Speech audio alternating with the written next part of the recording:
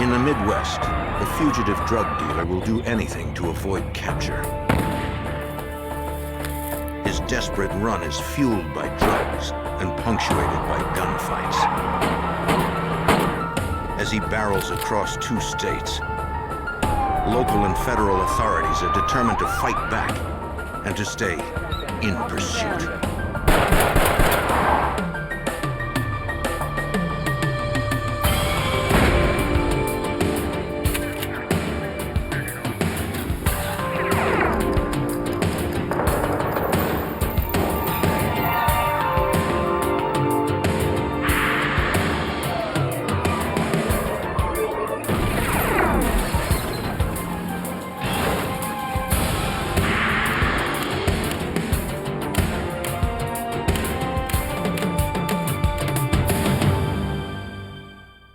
When law enforcement officers become targets, no one is safe. So when a crystal meth dealer on the run from the law began shooting cops, it took more than police to stop him. I'm Jim Kallstrom, former head of the FBI's New York office. With a fearless killer on the loose in the Midwest, residents had to help the FBI and state and local police bring down the dealer and deliver him to justice.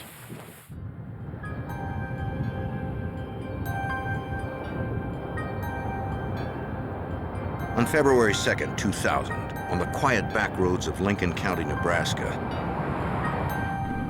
Lincoln County Sheriff's Deputy Stan McKnight was on routine patrol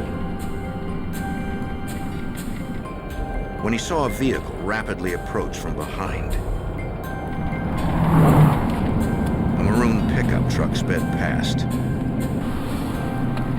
McKnight spotted Texas plates on the pickup, but he could not make out the numbers. The deputy began cautious pursuit. Recent weather conditions had created black ice on the roads. Without the benefit of streetlights, the roads appeared normal, but were treacherously covered with patches of slick ice. Subject is now turning off on the side Deputy road. McKnight radioed for assistance. Please alert all available units. Several Nebraska State Patrol troopers mobilized to try to intercept the pickup. Whoever was in the truck seemed to have no regard for his own safety. Since the roads were free of other traffic and no one else was in danger, McKnight decided high-speed pursuit was not worth the risk. It appeared as though he knew the area that he was in, and due to the fact that he would take more chances and drive faster than I would, he was able to disappear. Eventually, the truck vanished into the night. I had called in for assistance from the department, and all the deputies and state troopers are working, and we combed the whole area and looking for that vehicle, and it was to no avail. Nebraska police issued a be on the lookout bulletin for the maroon pickup with Texas plates. But that night, no one spotted the vehicle or its driver. A week later, and 40 miles away in North Platte, Nebraska, deputies responded to a call from a farmer. He hadn't used his barn in years. So the farmer was surprised to discover someone had been working there recently, leaving a strange workplace behind. The deputies found chemicals and other items available in farm supply stores. They had often seen this combination of materials in the area before. They were the ingredients needed to make methamphetamine, an illegal drug. A powerful stimulant, meth is also known as crank or speed. It's easy to make with materials commonly found on farms. In recent years, the Midwestern countryside has seen an epidemic of methamphetamine production, according to Lincoln County, Nebraska Sheriff's Corporal Casey Nelms. Methamphetamine labs are a problem because it's such a rural area, a lot of abandoned farmhouses, farmsteads where people don't live anymore, gives opportunity for these people to go in and manufacture this drug pretty much undetected. The drug is addictive and extremely dangerous. Users feel a temporary high, then intense paranoia and a craving for more. Most users become aggressive and desperate. When meth labs pop up in an area, violent crime follows. During their search of the meth lab in the North Platte barn, deputies found several pieces of mail. They were addressed to Charles Moses Jr. of Nocona, Texas. Deputies contacted Texas authorities asking for information on Moses.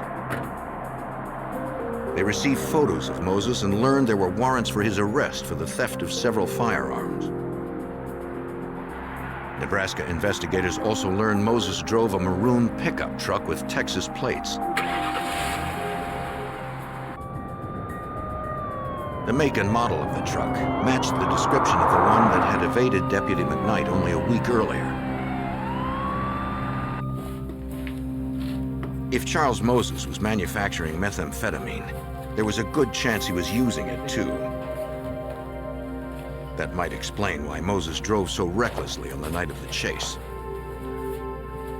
The people that use this become very paranoid. They have no pain threshold. Sometimes they're up for days, and they're just a real problem. They're hard to handle. During their rounds in the tightly knit communities in the area, police showed the photo of Moses and asked if anyone had noticed an outsider fitting his description. Some residents reported seeing him in the past. We were pretty sure that he was in the area. But no one had seen him in several days, and Moses had no local address. At 11 p.m. on February 12, 2000, a week after the meth lab was discovered, Lincoln County Corporal Casey Nelms was about to start his shift. As was his routine, he picked up a cup of coffee before hitting the road. But that night would prove to be anything but routine. Through the window, Nelms spotted a vehicle that matched the description of Charles Moses's pickup truck. Have a good night. You too. But he needed to get a look at the driver. When he got out of the pickup, he resembled the individual that we were looking for.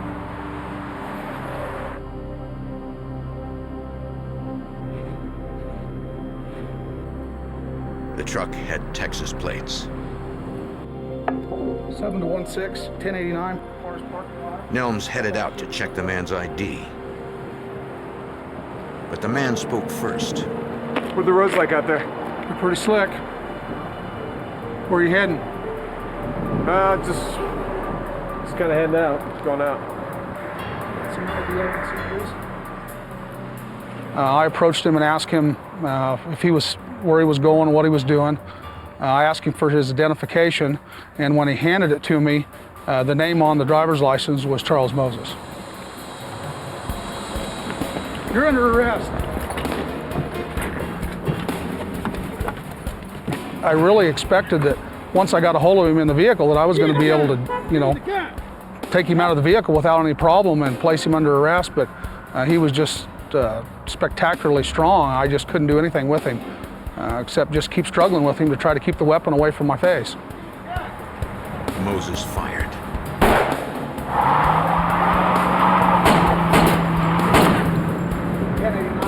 Cars parking lot, shots fired.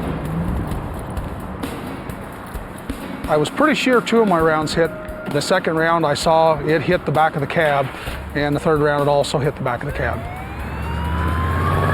Nelms tried to follow Moses, but the fugitive drove with the recklessness of a man on methamphetamine and disappeared.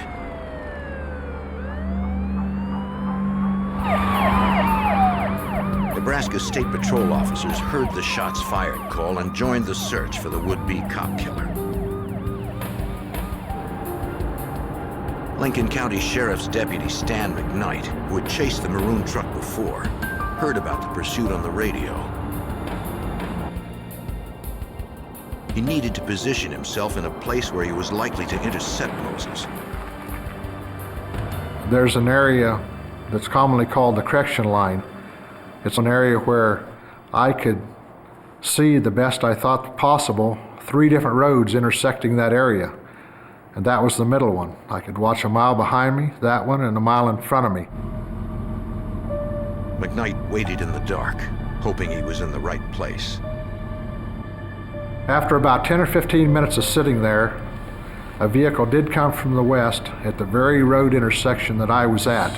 And as they got right to the front of my vehicle, I turned my headlights on and I saw the vehicle that was the same identical vehicle that I'd seen less than 2 weeks before.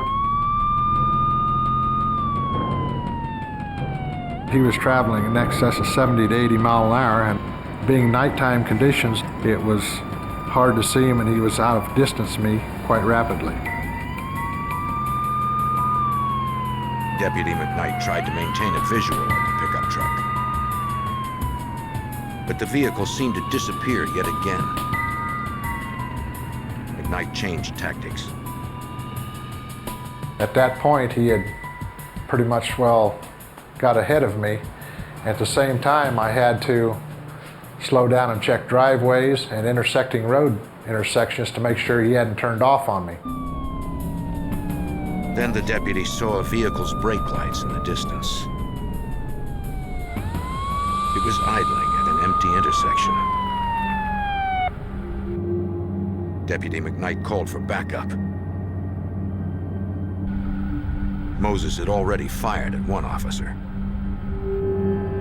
It was too dangerous for the deputy to advance alone. He waited for the backup officers. Before they came, Moses made his move. One bullet entered Stan McKnight's head. Another ripped through his hand.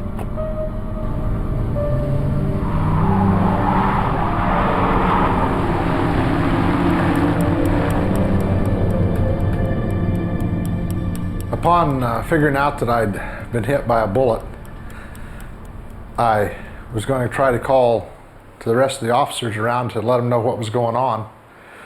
Only when I reached for the mic, I couldn't talk. My mouth was all full of blood and I was starting to choke. So I felt around and I found some napkins in the seat, and I got them shoved up in my mouth to make the blood go out, and I got it spit out, and then I could talk and let them know that I'd been hit and that the subject had went on to the left and was going to be chasing him. Despite his injuries, Deputy McKnight was not going to give up his pursuit. The wind was coming through the holes in the windshield, blowing glass all over.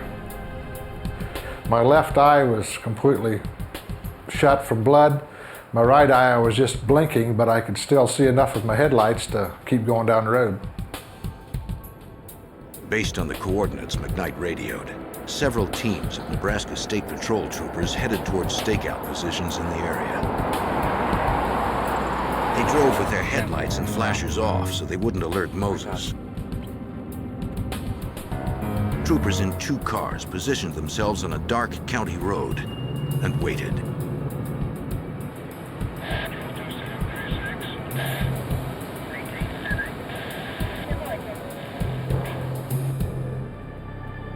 Minutes later, headlights appeared.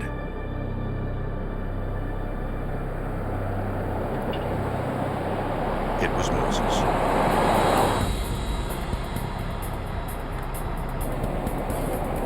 One of the troopers spotted a gun.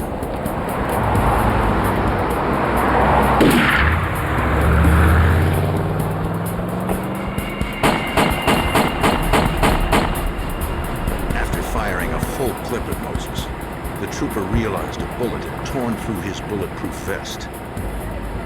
He was losing blood fast. The chest wound appeared to be life-threatening. They called for an ambulance from a hospital dozens of miles away.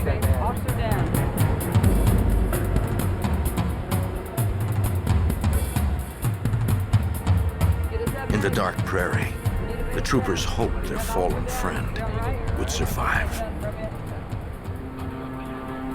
In a frantic escape, Charles Moses had shot both a sheriff's deputy and a state trooper. Though gravely injured, Deputy McKnight continued pursuit of Moses, a man willing to kill to stay on the run.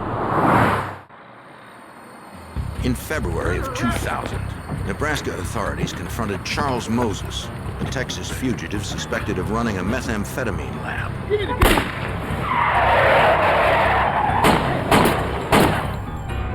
Escaping, he led police on a high-speed chase,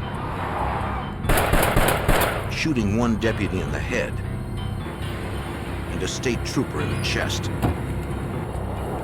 before vanishing into the night. Paramedics stabilized the wounded trooper, then transported him to the nearest emergency room. Helping to process the crime scene was Nebraska State Patrol Sergeant Lynn Williams. We secured the area, and then our major concern was obviously the gathering of evidence. So we collected the trooper's service pistol, his duty and gun belt, spent shell casings that were still at the scene. We took 35 millimeter photographs, videotaped the scene. Moses had fired several bullets. One struck the cruiser's reflective seal, perhaps the only thing visible in the dark prairie. The bullet had passed through the door of the trooper's patrol car, had struck the trooper in the abdomen, piercing his bulletproof vest, as well as traveling through his body.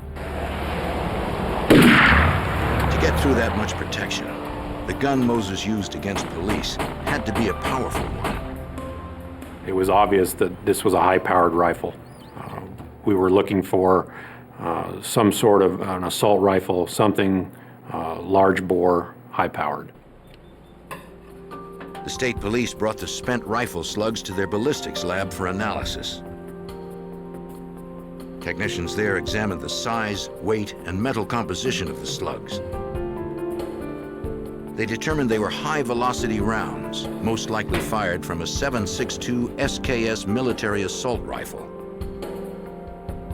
Deadly weaponry designed for trained military personnel, something else entirely in the hands of a criminal. After the multiple cop shooting, the FBI joined the effort to capture Moses. Special Agent Ron Raywald took the call at the normally quiet North Platte, Nebraska FBI resident agency. Our caseload primarily is in the area of white-collar crime, and it's not very common that we get called in to assist in investigations of violent criminal activity.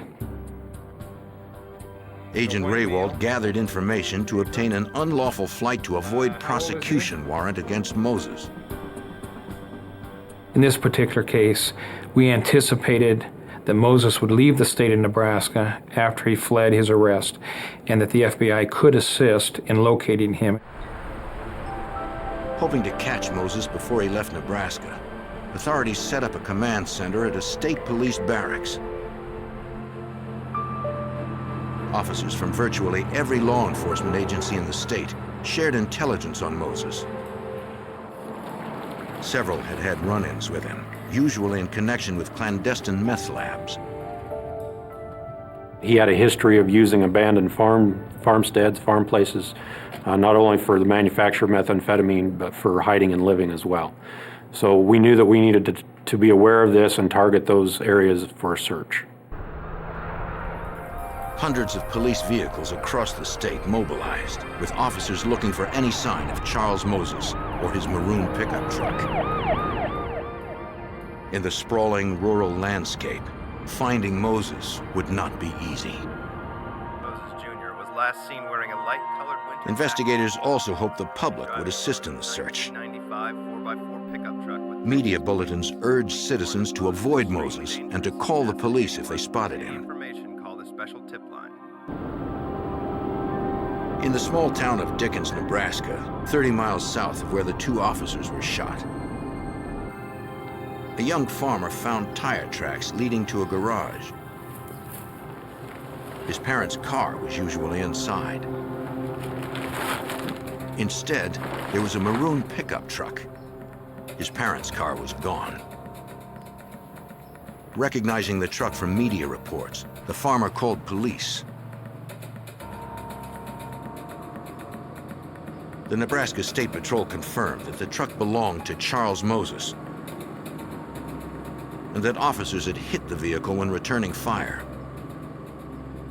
The license plate that we were looking for was still displayed on the truck, which was registered to Mr. Moses. It had evidence that it had been shot at with a firearm. The bullet holes were in the back portion of the cab. They had shattered the back window of the cab. Some had lodged in the dash of the cab, and some had passed out through the front windshield. Make sure you get this wheel. Investigators also found evidence the suspect was wounded by at least one of the many shots fired at the vehicle. We located human blood in the cab, the interior of the pickup. That led us to believe that possibly when the Lincoln County deputy had fired at Moses early on during the incident, that possibly he had been struck.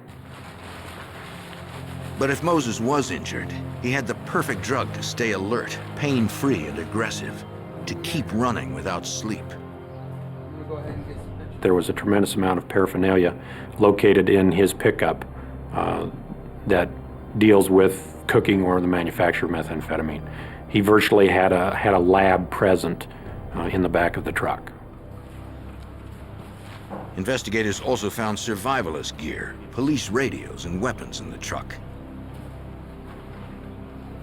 What they didn't find was the high-powered assault rifle Moses used to shoot 2 police officers. An hour after the pickup was found, and 60 miles northwest in Ogallala, Nebraska, the Nebraska State Patrol responded to a call from a man who said he was an acquaintance of Charles Moses. He was in a car. I was wondering about you. I haven't seen you for a while. The man said he had seen Moses 15 minutes earlier. Moses spoke to him at a truck stop.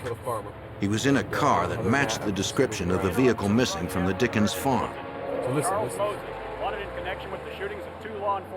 While they talked, Moses heard a radio bulletin that said police were looking for the vehicle. If you see this vehicle, call state police immediately.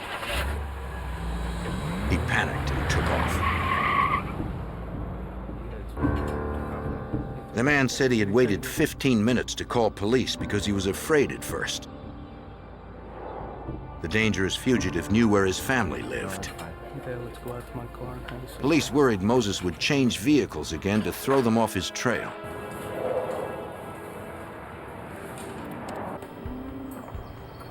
Two hours after the last sighting, and 20 miles south of the truck stop in Paxton, Nebraska,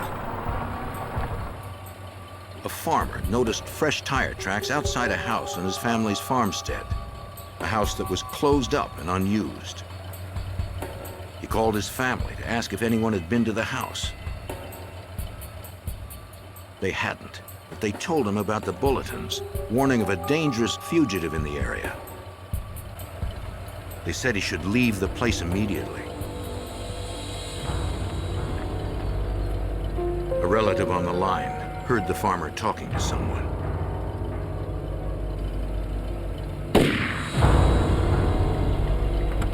The police would soon learn that Charles Moses had just claimed his first murder victim. The deadly fugitive was still on the run, now more desperate than ever.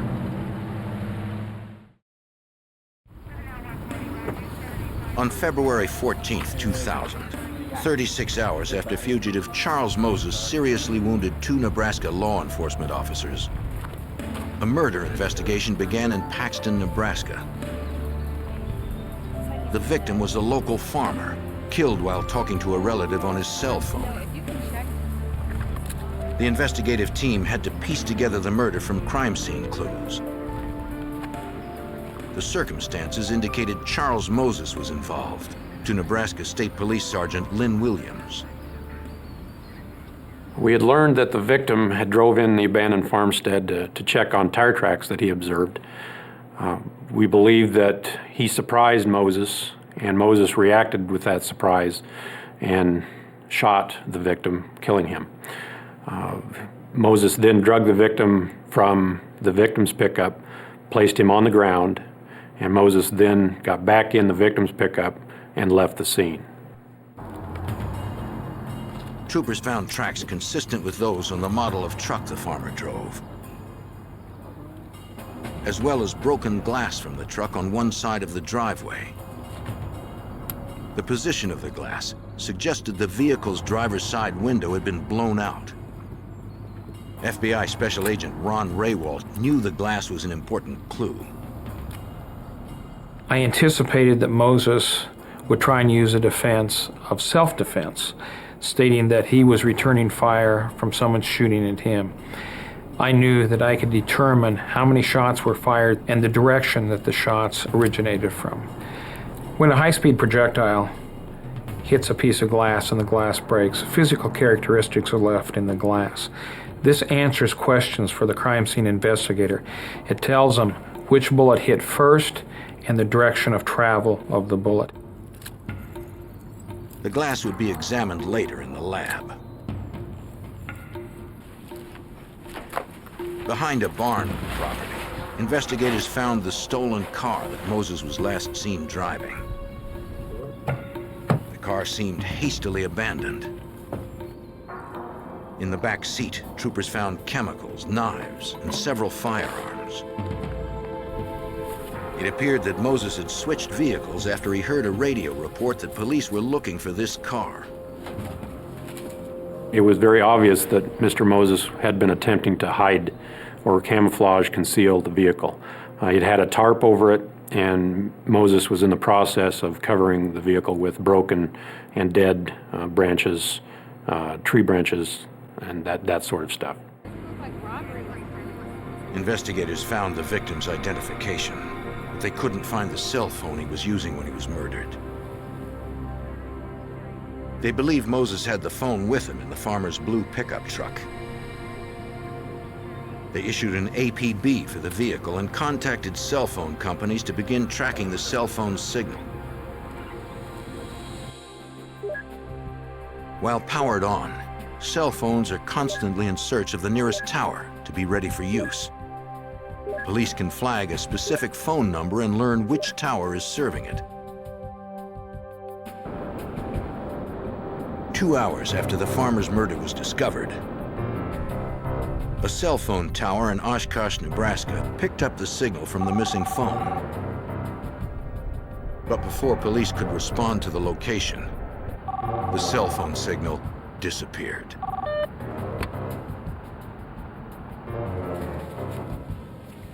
The FBI also studied the glass fragments from the farmstead crime scene. I was able to determine that one bullet had been fired from outside the truck into the truck, and that the bullet thereafter passed through the truck. My examination further disclosed that no shots were fired from inside the truck. This was not self-defense. This was murder. Take a look at this. With the farmer's murder, the theft of his pickup truck, the FBI issued another federal warrant against Charles Moses.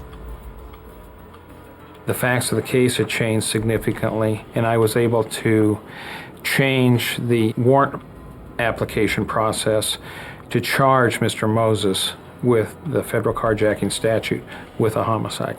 Lock their doors. With Charles Moses crisscrossing the state, armed and out of control, Nebraska Governor Mike Johans held a news conference to warn the public. This is a situation that we need to get through. Police are seeking Charles Moses. It was clear the fugitive was ready to kill civilians to get what he wanted. He's considered armed and dangerous. That evening, 80 miles to the west, near the Nebraska-Wyoming border, an elderly woman was enjoying a quiet evening.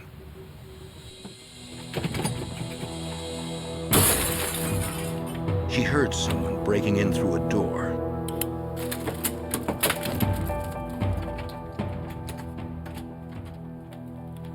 hear an intruder walking through the house, then approaching her bedroom. It was too late to escape, so she did her best to hide. The evening news had said Moses killed the last resident he surprised.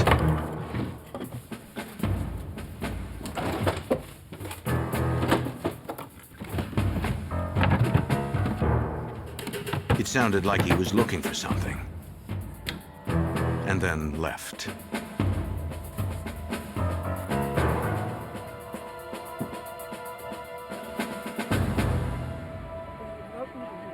The woman was unharmed and called police from a neighbor's house.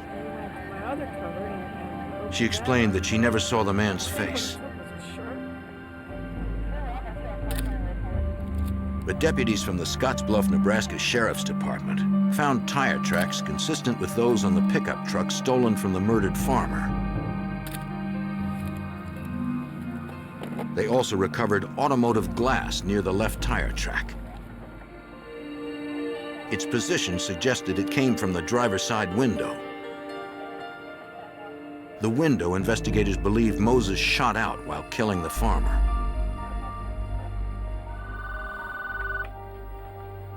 Local officers contacted the FBI about the new development. From the facts of the case and the type of glass left at that crime scene, it was obvious that Moses had been involved in that burglary and that he was traveling in a westerly direction. Moses, and we got his physical description. With Charles Moses believed to be near Nebraska's western border, the FBI notified Wyoming law agencies that a killer might be headed their way. The small town of Lusk, Wyoming, is 20 miles from the Nebraska border.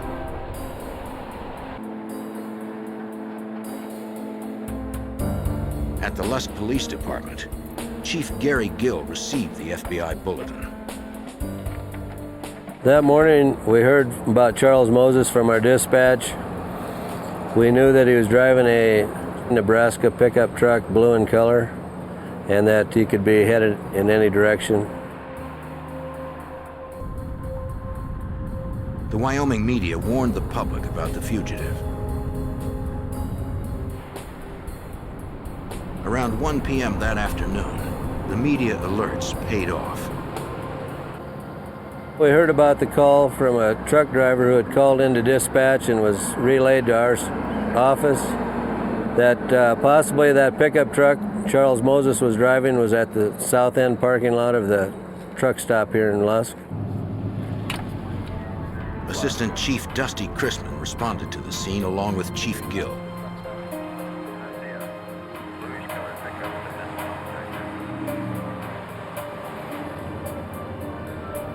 Several vehicles in the parking lot fit the description.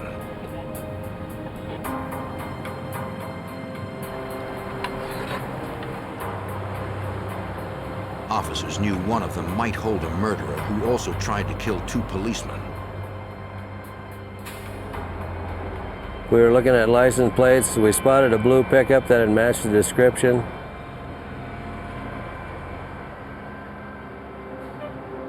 The plates matched. It was the truck. We decided to try to block him in if we could. The officers approached from opposite directions.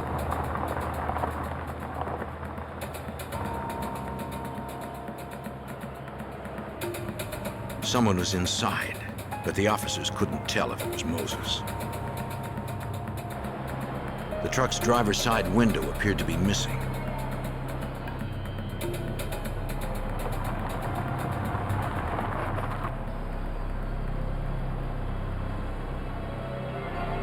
If it was Moses, he might have finally come down off a long and haggard methamphetamine binge.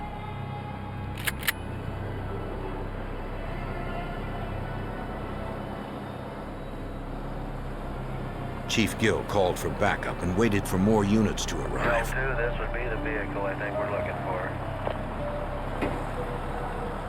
Then, the driver woke up. He's waking up, he's gonna take off. But Assistant Chief Chrisman couldn't risk firing because from his perspective,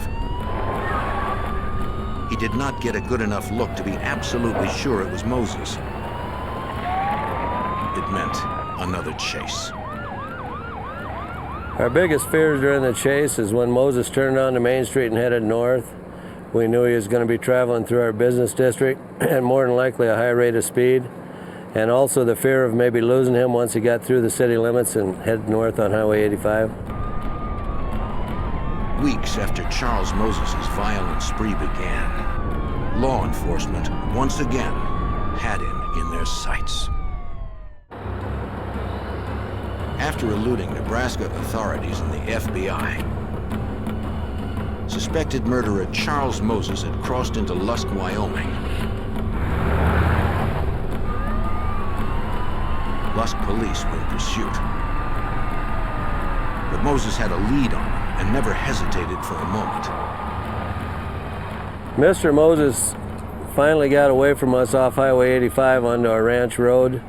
The road was very rutted up. Our small vehicles with two-wheel drive could not keep up with him in four-wheel drive in the pickup he had. He went down to a ranch place and across a old dam and up into the pastures through fences and things where we couldn't chase him. Authorities lost him again. So Lusk police teamed with the Niobrara County Sheriff's Department. Sheriff Samuel Reed helped devise a 10-mile perimeter to contain Moses. The perimeter was a very large area. We were fortunate in one way. It sat kind of in the middle of three major highways, and we had another county road that dissected it basically in the middle. But they couldn't rush in. We were unsure what his actions were going to be, so we stayed back a ways knowing that he had a high-powered rifle. Every law enforcement officer in the area, including fish and game wardens, manned roadblocks to look for Moses and warned travelers to stay away from him. They also met with residents living in the 10-mile perimeter, asking them to stay vigilant and call police at the first sign of any suspicious activity. I had a very deep concern that if we did not apprehend Moses before it got dark, that we would have a terrible, terrible time finding him. I knew the ranch people that were there. I was very, very concerned for their safety of him entering the house at gunpoint, taking him hostage and shooting them and taking a vehicle and leaving the area. All right, thanks, sir. Although Moses was somewhere within the 10-mile perimeter, the terrain made it too dangerous for deputies to go in on foot.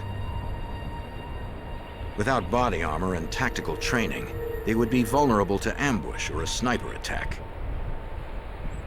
For officers to go in there would have been extremely difficult. There are a lot of deep draws, pine trees, ravines that he could get down in. It would have been very, very, very difficult to go in there and find him. Thanks. Special Agent Ron Raywald helped Wyoming authorities with the FBI's federal resources. The Wyoming office of the FBI brought in 2 aircraft to assist in the search on the state highways and the rural roads, trying to locate the vehicle Moses was in. Flying a grid pattern over the area, one of the aircraft spotted the truck Moses was last seen driving. It looked like it was stuck in a ravine. The SWAT team from the Nebraska State Patrol was airlifted to the area. Moses was armed with a high-powered rifle. The SWAT team had to move cautiously, man by man. An aggressive fugitive on powerful drugs could be behind any tree, ready to kill. They positioned themselves above the pickup. But they had no visual of Charles Moses. He might be watching them, waiting for a clean shot. They had to start their search from the truck. To stun and distract anyone near it, they fired a flashbang percussion grenade.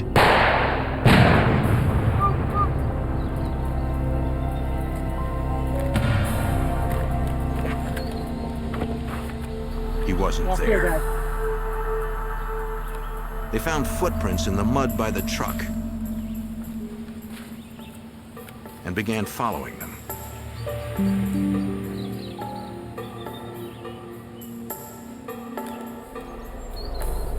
But in the trees, the trail went cold. He had eluded us, the people that were right on the scene. He had eluded a SWAT team that had been flown in out of Nebraska. That night, Moses would surface again. At 8:30 p.m., rancher Jim Kramers and his son Justin heard their dog barking at something behind the house. They knew about Moses, so Justin went out armed. Someone was out there. I've got a gun. Don't go any further. From the brief look, they believed it was Moses. The gunman had to be stopped. Justin, take your rifle, go around back, get on the back side of him, and then you do what you have to do. Okay?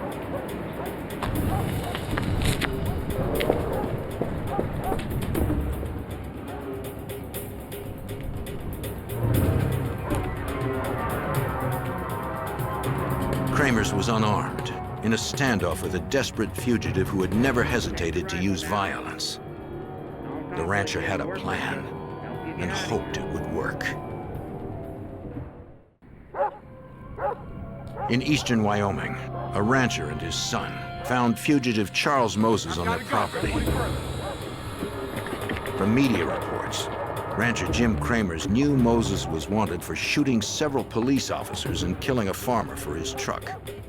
Justin, get on the back side. Justin Kramers went to cover Moses from the back. The father risked his life, hoping to end the fugitive's rampage without more violence. I was totally unarmed. Moses had a rifle and a large caliber pistol in his hands. Hoping his son could protect him if his plan failed, Jim Kramers offered Moses a deal.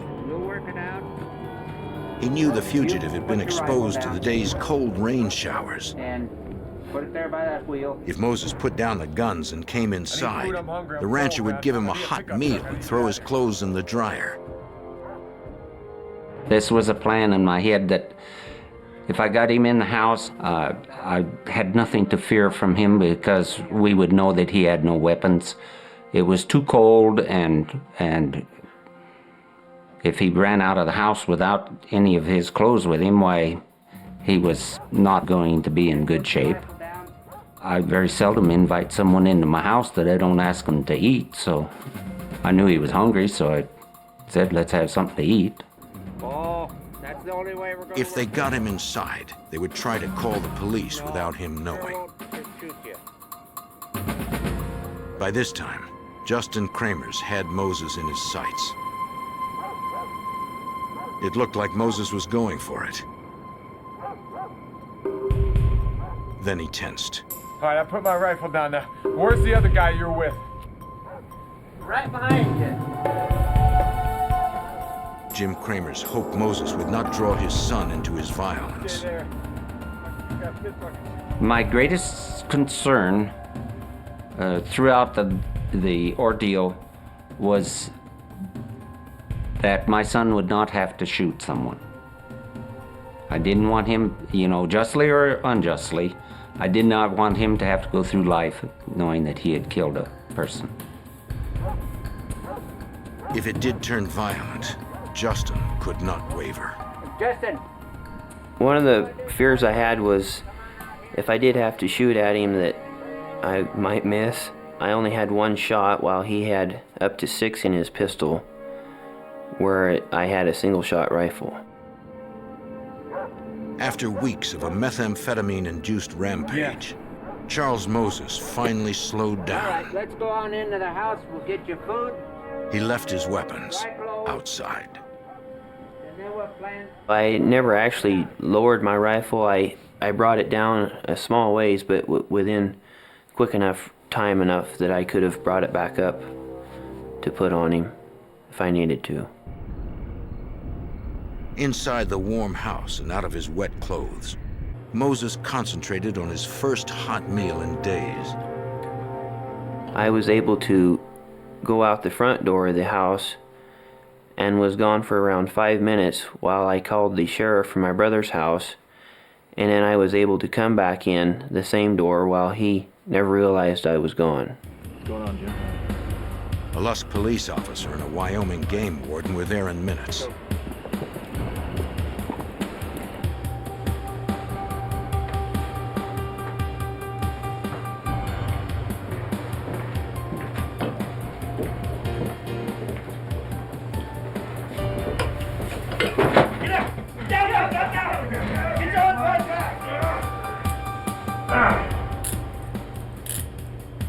Because of the Kramer's plan, the wild, deadly fugitive had nothing to fight with. After a staggering chase across hundreds of miles, filled with burglary, carjacking, gunfights, and murder, Charles Moses Jr. was finally in police custody. As they theorized, Moses had been wounded by Nebraska deputies. At a Cheyenne, Wyoming hospital, Moses was treated for a bullet wound to his shoulder, dehydration, and exhaustion. The drugs he had taken, and the police relentlessly on his trail, had run him into the ground. FBI Special Agent Ron Raywalt arranged for Moses to be transported back to Nebraska. The morning after the arrest, when I drove to Cheyenne, Wyoming, I took a lieutenant with the Nebraska State Patrol with me, and I took Deputy Casey Nelms with me, the individual that had attempted to initiate the arrest originally.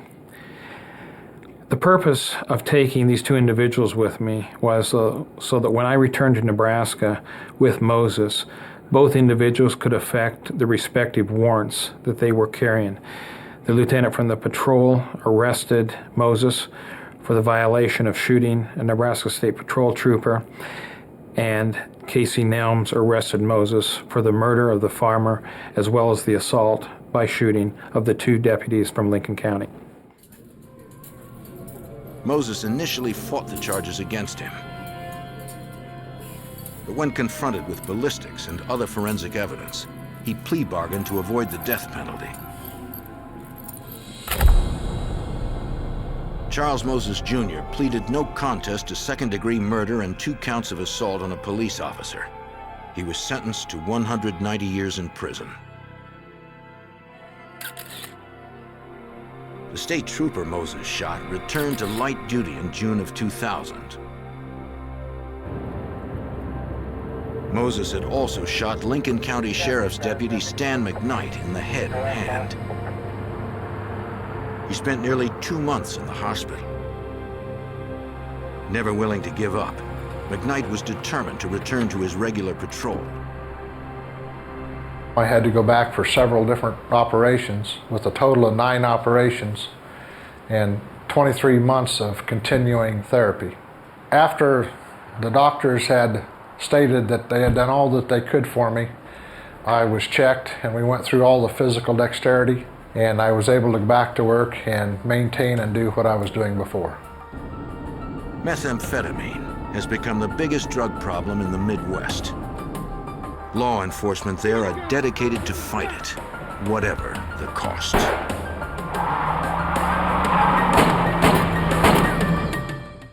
Deep in the hills of Arkansas, an army of extremists plot to overturn the U.S. government. They spread a doctrine of hate, murder, and genocide. Launch death raids on churches and synagogues, bomb public utilities, and gun down a state trooper. Federal agents must dismantle the radical renegades without inciting a bloody war.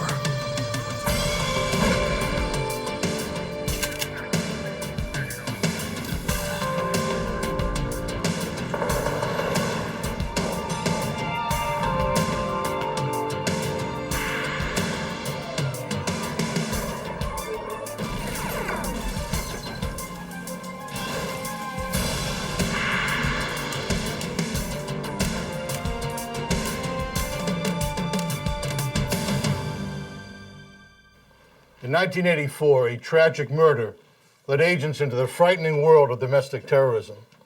Law enforcement vowed to dismantle the violent faction that claimed responsibility.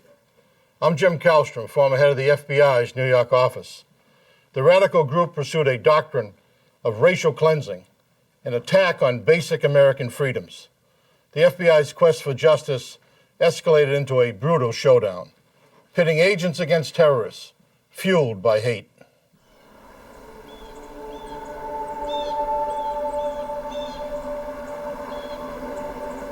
June 1984. Sevier County, Arkansas. A rural area along the Oklahoma border.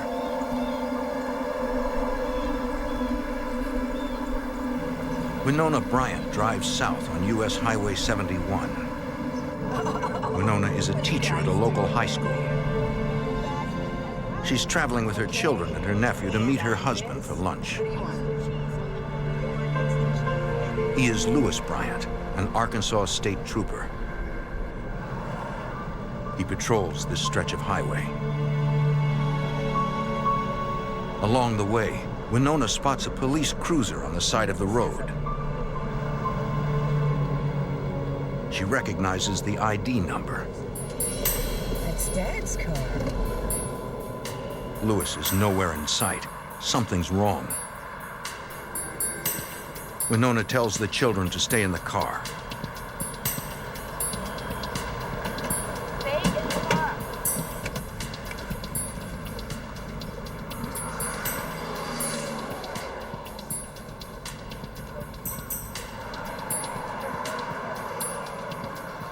Then she sees him.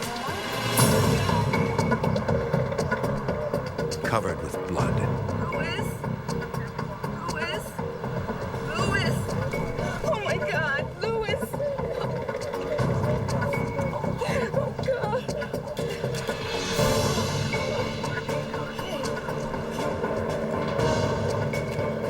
Winona struggles to stay calm as she uses the police radio to call for help. Officer down! Officer down! Please, somebody! Officer down! Somebody! She tells the dispatcher that Lewis is unconscious. It looks like he's been shot. Just get somebody here! He's been shot! Please! The Arkansas State Police dispatcher alerts all police frequencies that an officer is down. Interstate 71 north, 2 miles north. Passing motorists stop to help. Officer down. Winona can feel a faint heartbeat, but her husband isn't breathing. She administers CPR until county authorities arrive.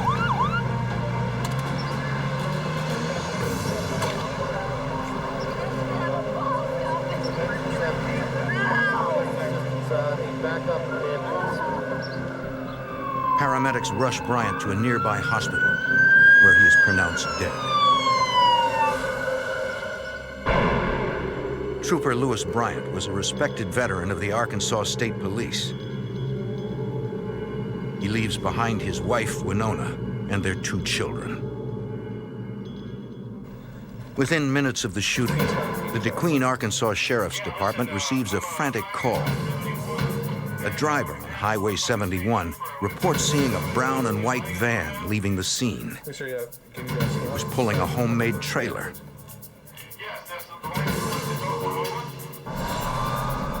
Police in Broken Bow, Oklahoma spot the van heading west. The driver refuses to stop, but police force him to the side of the road.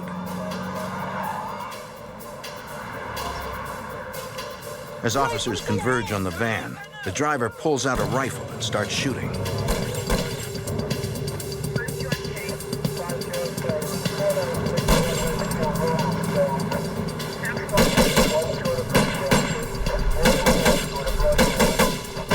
Police strike the suspect in the shoulder. He pulls out a .45 caliber pistol and continues firing.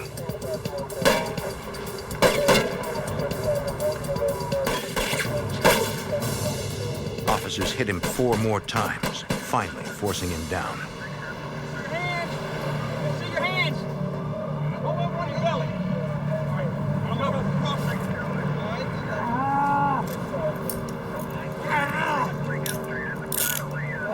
Police search the wounded suspect and find a driver's license identifying him as Richard Wayne Snell of Stephenville, Texas. At a nearby hospital, police question Snell. The suspect confesses to shooting the state trooper. Snell tells police he has outstanding warrants in Texas and he was trying to escape arrest. As Bryant approached the car, Snell opened fire.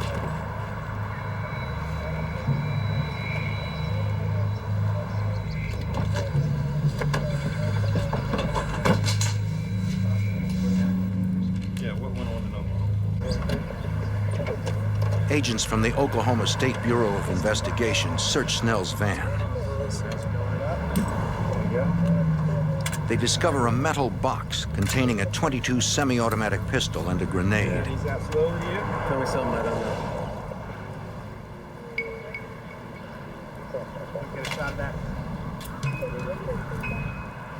They also find suspicious wires attached to the underside of the steering wheel column, leading to the air conditioner vent. We got wires going into the van. They fear the van is booby-trapped.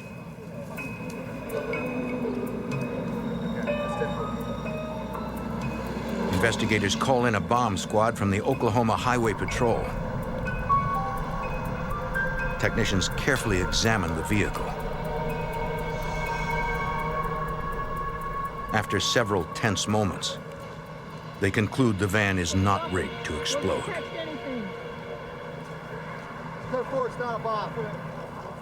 The search of the vehicle resumes. Investigators find several more weapons, including a MAC-10 machine pistol. They also find literature printed by a group of white supremacists called the CSA, the Covenant, the Sword, and the Arm of the Lord. You're labeling them all the same. So The group advocates the violent overthrow of the United States government. In their literature, they call for the murder of government agents and the extermination of Jews and blacks. Police call in Agent Bill Buford of the ATF.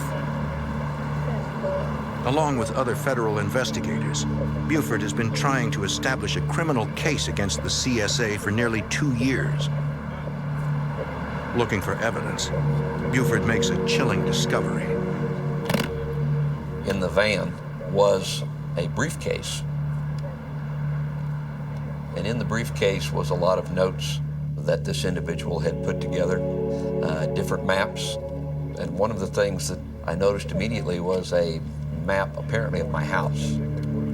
The street it was on, the different houses that surrounded my place. And that caused me a little consternation, to say the least. It was later established that they had also been doing surveillance on a federal judge, a U.S. attorney, an FBI agent.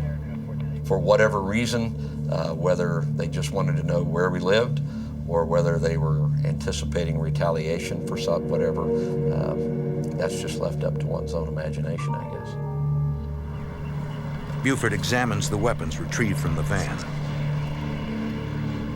One of the things that came to my attention almost immediately was that the MAC-10 had a silencer on it. The silencer is homemade but sophisticated. Bill Buford believes he has seen one just like it, confiscated just 3 months earlier. In early April, Missouri police caught 3 men stealing a flatbed trailer. In their possession were 3 .45 semi-automatic pistols, 1 sawed-off shotgun, and 1 MAC-10 converted to fully automatic with a homemade silencer. According to an informant, all 3 men are members of the CSA. The 2 silencers looked exactly the same. And I felt like this might be a break if we could determine that these 2 silencers were made by the same people and were able to establish that they had come from the CSA compound. 5 days after the shooting, on July 5th, 1984, Trooper Lewis Bryant is laid to rest. The funeral is attended by then Governor Bill Clinton, Hillary Clinton, and over 1,000 police officers. Governor Clinton makes the investigation of extremist groups a priority. Is to set up a group comprising members of both districts under the chairmanship of Colonel Goodwin to work on these cases. State and federal agents probe deeper into Snell's connection to the CSA. The murder weapon in the Bryant case was a .45 caliber Colt Commander. 18 months earlier, the gun had been stolen in a deadly pawn shop holdup in Texarkana, Arkansas. The owner had been shot 3 times in the back of the head. Ballistics analysis shows a bullet recovered from the victim had been fired by a .22 caliber Ruger, the same .22 Ruger found in Snell's van. According to records, the leader of the CSA purchased that Ruger 4 years earlier. Okay, thank you. Agents now have enough evidence to subpoena the leader of the CSA to appear before a federal grand jury on gun charges. Bill Buford heads to Mountain Home, Arkansas to deliver the subpoena to the CSA leader at his 200-acre compound. Informants and surveillance indicate that the compound is heavily fortified. Several structures dot the surveillance photos. Agents know the compound is inhabited by the CSA leadership and approximately 65 men, women, and children. What we need to do is the compound. They know little else. Sentries out about in front of it, stop us, do our checking. ATF investigators had become aware of the CSA several years earlier. The organization had evolved from a religious group into a violent right-wing militia. When ATF began to really think that this was more than just a Bible study group was when we were aware of the large number of right-wing organizations that were coming in and doing the paramilitary training there. About another 150 yards up. According to informants, extremist groups such as the Aryan Nation, the Posse Comitatus, and the Order frequently visited the compound. They're watching us tight, so. A few low-level members of the CSA had been arrested for firearms violations. But the leadership of the group had always managed to evade prosecution for all but misdemeanor offenses. Buford hoped today would mark the beginning of the end for this dangerous organization.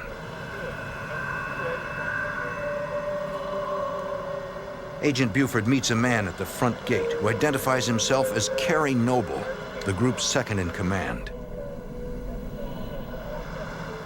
He went into the compound, and a short time later he came back and said, well, the leader of the group will meet with you, but only you, and you have to go down unarmed, and I have to search you to make sure you haven't got a gun on you. Buford agrees to turn his weapon over to another ATF agent. He allows himself to be searched. He knows that going into the compound alone and unarmed is dangerous, but there's no other choice. If one of the people that was working for me or one of the agents under my supervision had wanted to do it, I wouldn't have let him do it. But at the time, it seemed like the right thing. The stakes are too high. The group is too dangerous. Buford needs to show the CSA that federal agents will not be intimidated.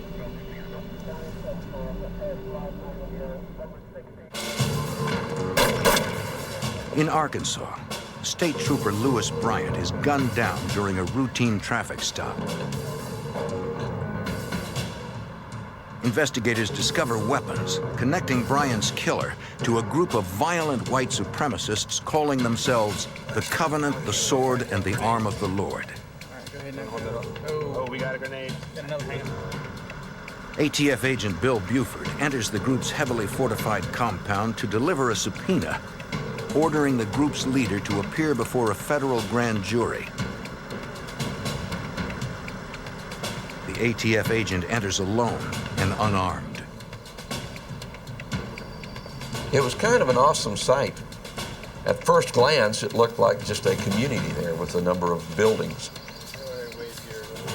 But as you looked closer, you saw that these buildings were all rock structures.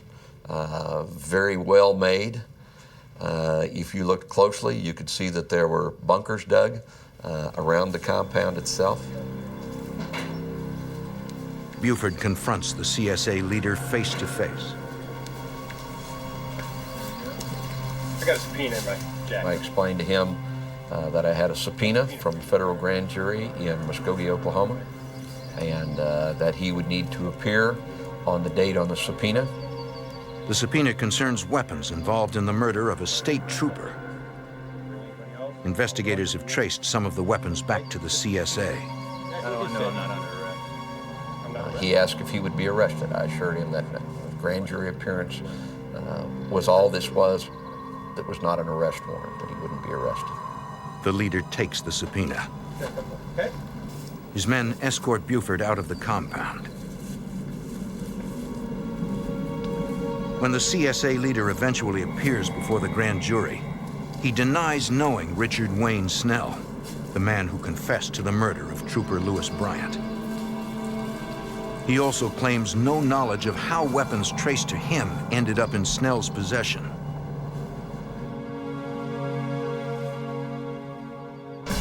On November 1st, 1984, Richard Wayne Snell is found guilty of capital murder in the shooting death of State Trooper Lewis Bryant. He is sentenced to life imprisonment without the possibility of parole.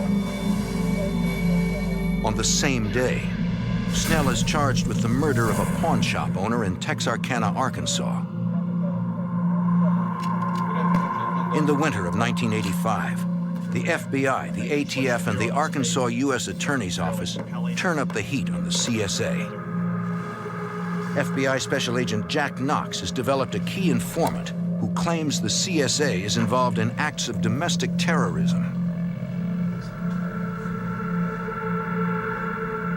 He outlined what he referred to as road trips in which he and 2 other members of the CSA were assigned by the leader of the CSA to take in search of businesses or establishments to plunder, or Jewish establishments which they might attack. According to the informant, 2 years before the murder of the Arkansas State Trooper, several CSA members had set fire to a Jewish community center in Bloomington, Indiana.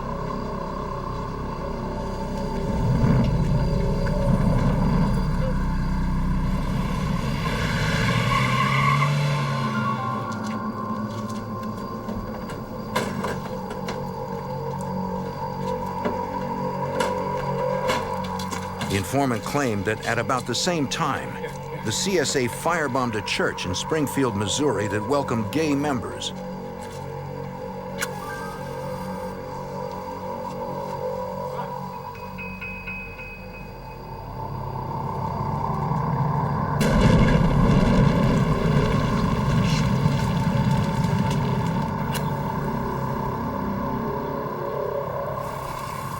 He also claimed that 3 months later, the CSA attempted to bomb a major natural gas pipeline in Fulton, Arkansas, to disrupt supplies across the Midwest.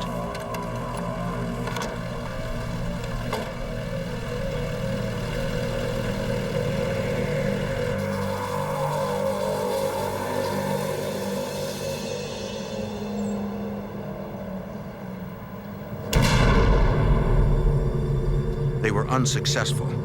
The pipeline was not damaged. But Assistant U.S. Attorney Steve Snyder could see a dangerous pattern emerging. There were what appeared to be random acts of violence.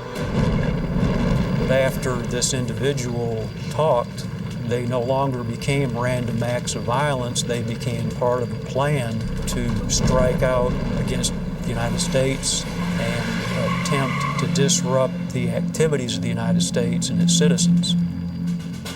The CSA had evolved from a religious cult into a group of domestic terrorists that had declared war on the United States. In March 1985, a second informant, a former member of the CSA, provides more information about the organization. He gives details about firearms and explosives being manufactured and used by the group. He tells investigators there is a machine shop in the compound where the CSA makes grenades and silencers and illegally converts semi-automatic weapons to fully automatic. He also claims the group has obtained a powerful anti-tank rocket, commonly called a law.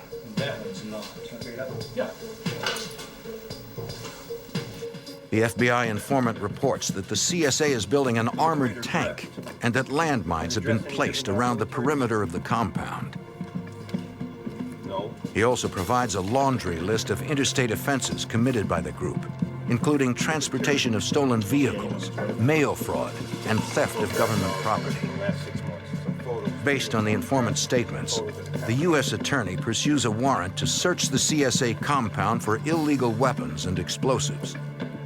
Assistant U.S. Attorney Snyder intends to use RICO, a federal racketeering statute, to prosecute the CSA. The statute enables authorities to arrest and convict leaders of criminal organizations based on a pattern of illegal activities. The RICO statute carried a statutory maximum penalty of 20 years, as opposed to the weapons and firearms violations, which carried a lesser penalty. So it was a more severe crime. If I can show you this bigger map, maybe. Investigators discuss how to best serve the warrant. Again, this is the compound. Bill Buford opposes a kick-in-the-door approach. It was obvious to me that we were dealing with a very militant organization. They were not, in fact, going to just roll over. If we walked in and say, hey, we're the federal government, we're here to look at your compound, they weren't going to allow us to do that. To reduce the risk of a violent battle, the FBI would employ the newly formed hostage rescue team to serve the warrants. The HRT was established in 1982 as a counter-terrorism unit to work both inside and outside the borders of the United States. In 1985, Special Agent Danny Colson is the commander of the HRT. The HRT basically are assaulters. It's their job to go into a crisis point and neutralize terrorists and rescue hostages. But this was not that type of situation. These people are very well armed, they were very formidable, and we wanted to avoid a shootout. Colson establishes a command post in nearby Branson, Missouri. The HRT is composed of 2 elite teams. Basically, you had a sniper element and you had an operator element. The snipers were responsible for gathering intelligence to give cover to the operators, and the bulk of the team was made up of operators. Agent Buford, who has been inside the compound, briefs Colson on the layout, the main gravel access road, the front gate, and where the property borders the shore of a man-made lake. Now, this gate's gonna be very heavily The first phase of the operation is a reconnaissance mission. You cannot command and control a crisis situation unless the commander's done a recon. He has to go in and see the ground. He has to know what the structures are like, where they are relative to each other, and what the best avenue of approach to get there in the shortest period of time is. Tonight, Colson and his team will be the uninvited guests of the CSA.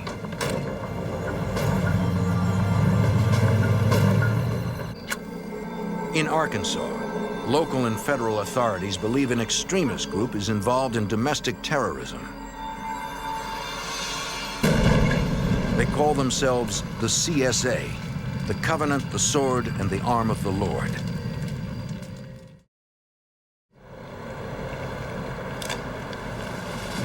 The FBI's hostage rescue team prepares to enter the terrorists' heavily fortified compound. Where the compound is or anything else? Last chance. HRT Commander Danny Colson briefs the reconnaissance team before they go in.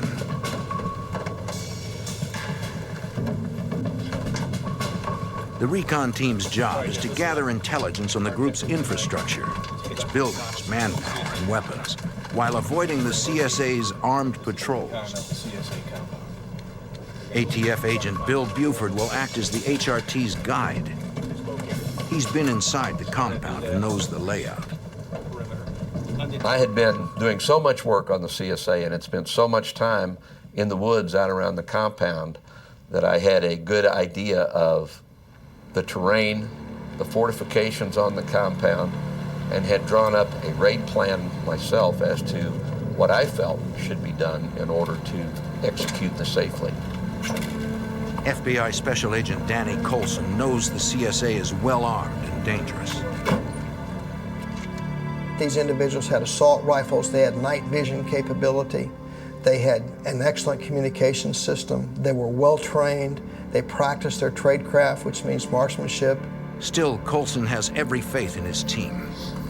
The HRT has excellent patrolling skills, and it was just a matter of relying on our training. You move very quietly, you move very slowly, you crawl on your stomach, you stop and you listen, you look, and you rely on your senses. We would send a person on point. He would scour the area and glass it with thermal imaging gear. You listen to the noise of the forest. If something interrupts that, you know that somebody's there that's not supposed to be. The team spots CSA guards patrolling the compound.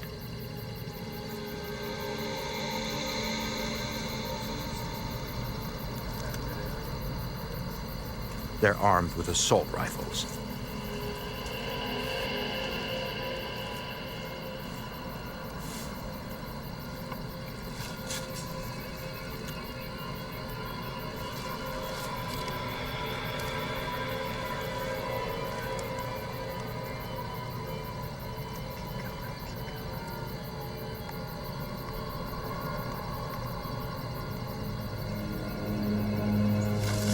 We finally signaled it was safe, and we moved the rest of the patrol in.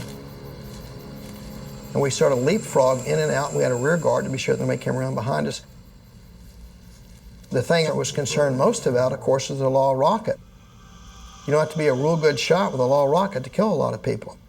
It'll take out a light tank or a bunker, fired into my perimeter, could have killed my agents.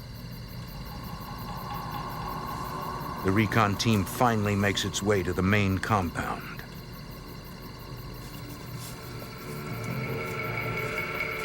CSA members, as well as their families, are asleep inside some of the buildings.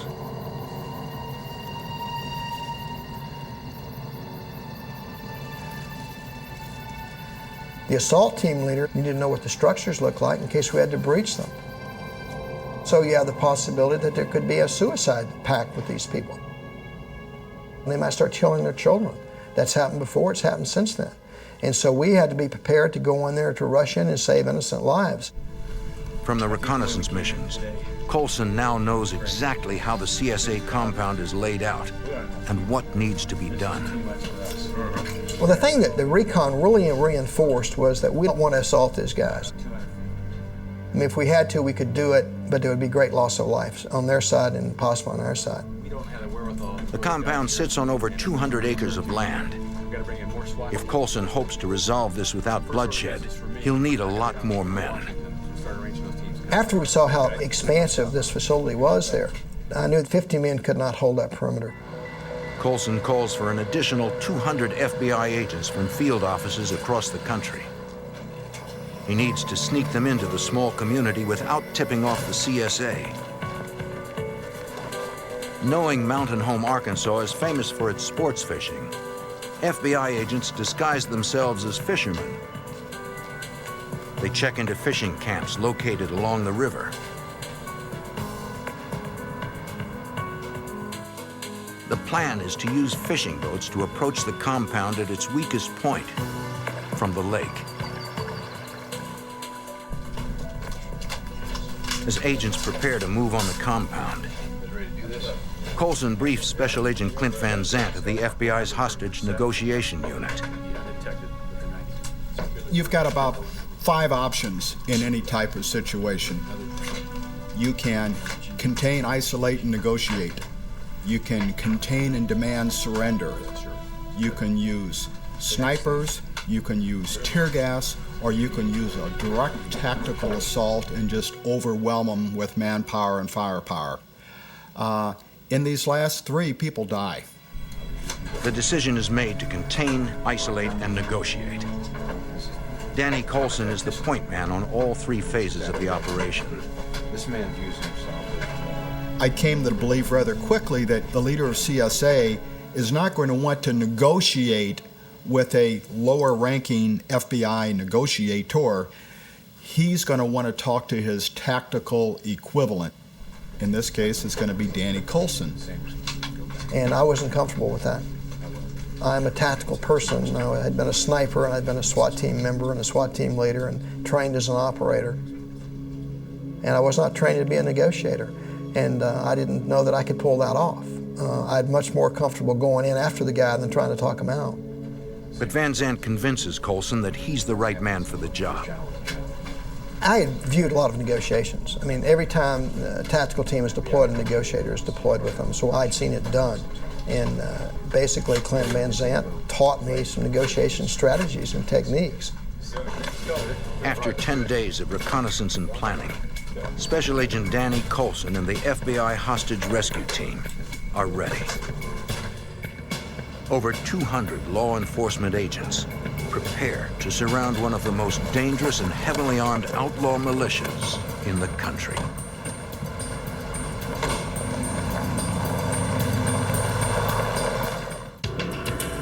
In 1985, the FBI closes in on the CSA, a paramilitary organization in Arkansas. Members of the group are suspected of domestic terrorism and murder.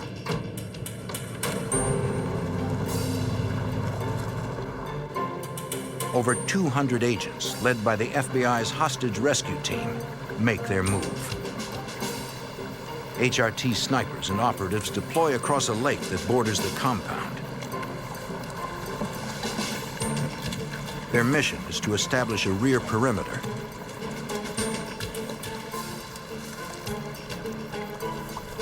Additional HRT units fan out in the woods, flanking the main compound.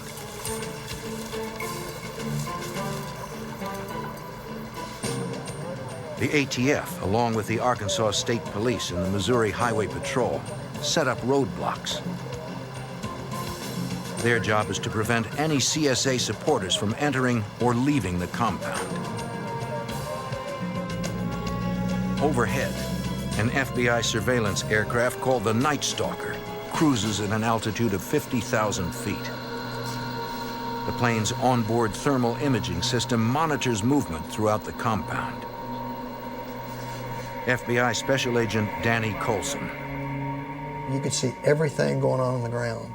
We saw CSA people standing and talking to each other in little groups around the compound. We could see every animal, every deer, every coyote, rabbits running around on the ground, which gave me a tremendous advantage because I could use this vehicle, this airplane, to help me set my perimeter.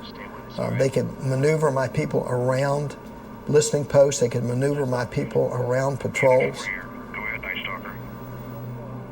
Coulson directs the mission from a command and control vehicle near the front gate of the compound. Special Agent Clint Van Zandt, an FBI hostage negotiator, advises Coulson. It was very prudent to go in at night and to have them wake up the next morning and find that we had walked literally right up to them without them knowing it. We could have come all the way in, but we didn't do it because we want to resolve this peacefully. HRT snipers surveil the compound from positions inside and near the main gate.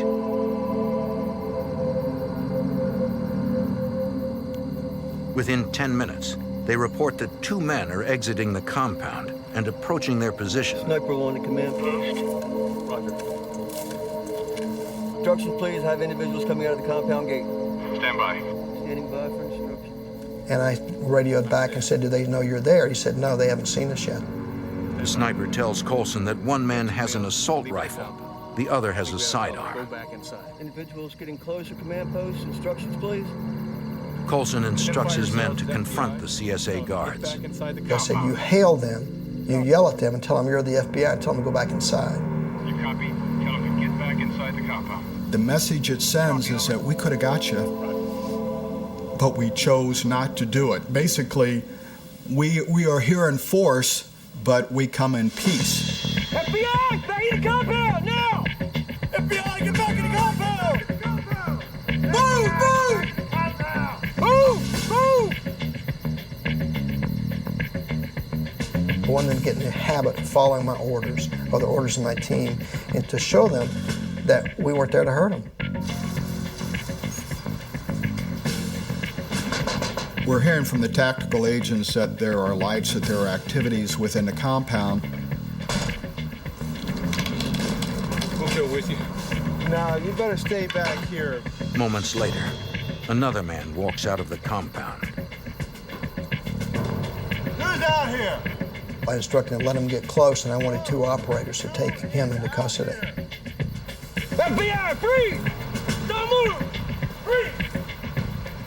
I didn't order him back in because I wanted to start the dialogue. It's time to talk now.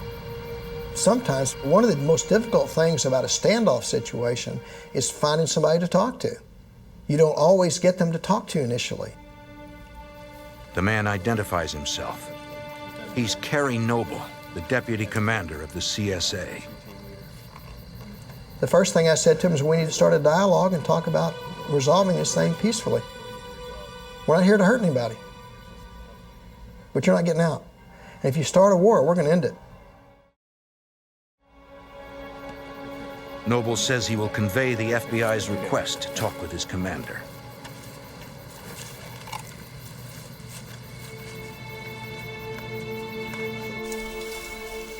At daybreak, federal agents and local police have completely surrounded the compound.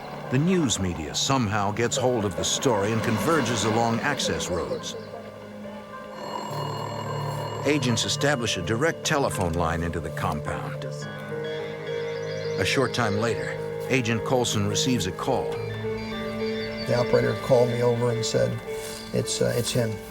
And it was the leader. Yellow.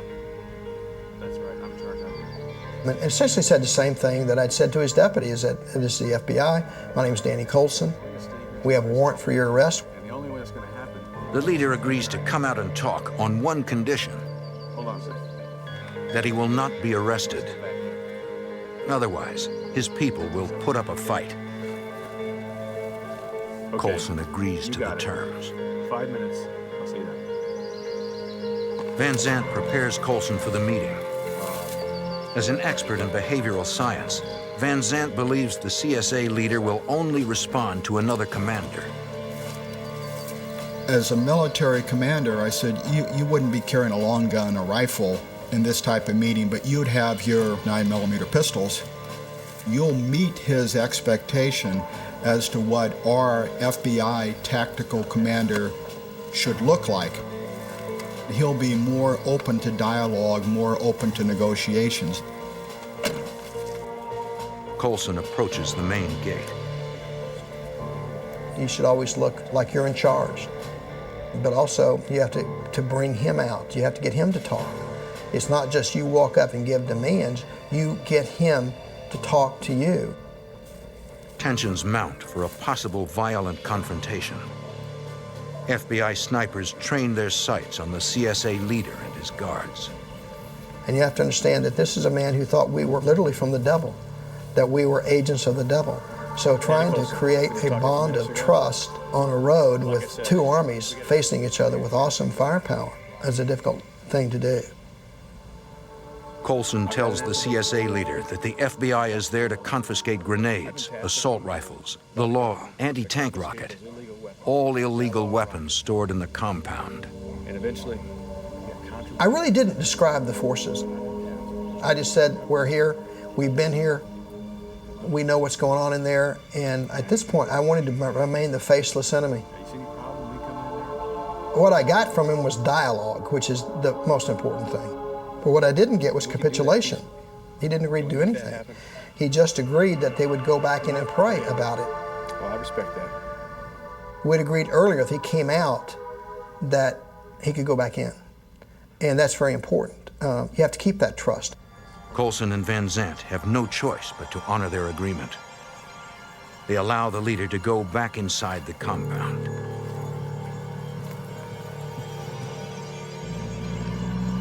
The first day and night of the siege passes without incident or resolution. On day 2 of the siege, the CSA commander requests another meeting. This time, he appears in full battle dress.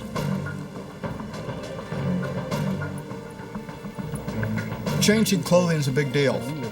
When the leader of CSA puts on tactical clothes, he's taking the presence of a tactical commander. The leader of the CSA tells Colson that there are people inside the compound who are prepared to launch an assault and break out. My patience was wearing really thin by this time. And I said to him, who are you going to fight? You've not seen us. You don't know where we are. We are going to use deadly force on you if you come out with weapons and come onto my perimeter. Who are you going to shoot? You haven't even seen us yet. How are you going to shoot us? It's like you're fighting ghosts, and you won't even know who kills you. You need to come out of there. Now you get in there and convince them to get out of here right now. The leader tells Colson he is prepared to come out, but he can't control everyone in the compound. And he said to me, I need help.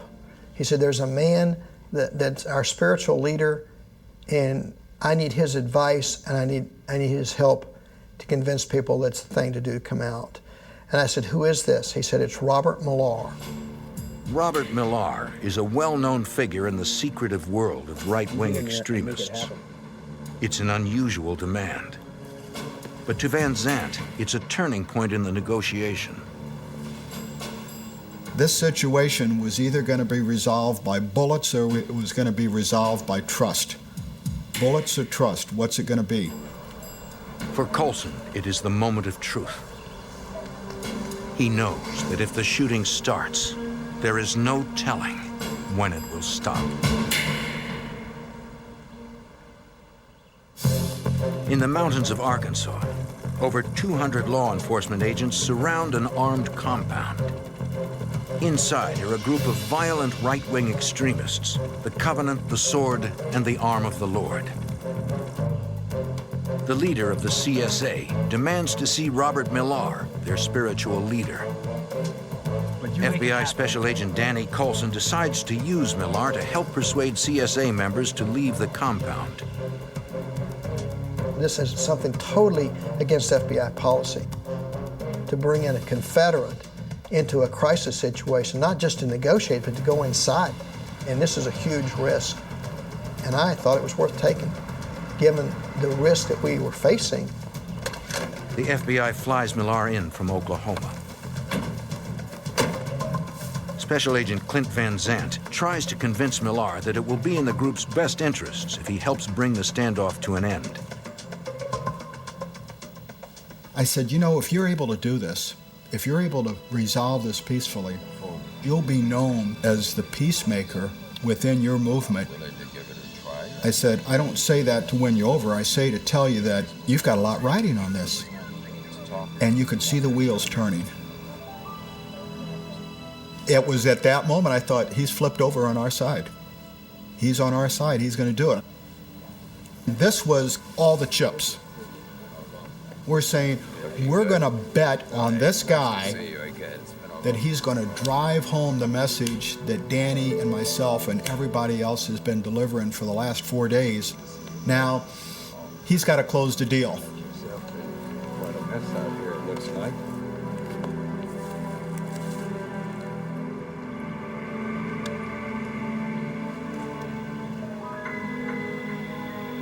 And he called on the field phone. And Millar said, well, I'm in here talking to them, but I really haven't got anything resolved. I said, okay, you got another hour. Well, really, we couldn't control him. What were we going to do, go in and grab him by the neck and rip him out of that compound where there was 50 people with guns inside? So you had to be real careful of not, you will be out of there, because then it would have been apparent we were an empty suit. We were a paper tiger, and we couldn't be perceived as that. So it had to be, well, I really need you out of there in an hour. And he called back in an hour, and he said, I need more time with these folks. I think I can do it. I've got them coming along, but I need more time. And we just reconciled ourselves that he's going to stay there the night. On the morning of April 22nd, day 4 of the siege, Millar and the CSA leadership exit the compound. For the first time since the beginning of the standoff, there are no armed men with the CSA leader. They came out and they said, we have an agreement that we will surrender. We will come out and we'll give up our arms and walk out peacefully. Colson receives the news with guarded optimism. And I said to them, that's a great decision, but I want you to understand that this better not be a ruse for an escape attempt, because you will not survive it. This better be a surrender. Colson gives the leader 15 minutes to gather his people and bring them out.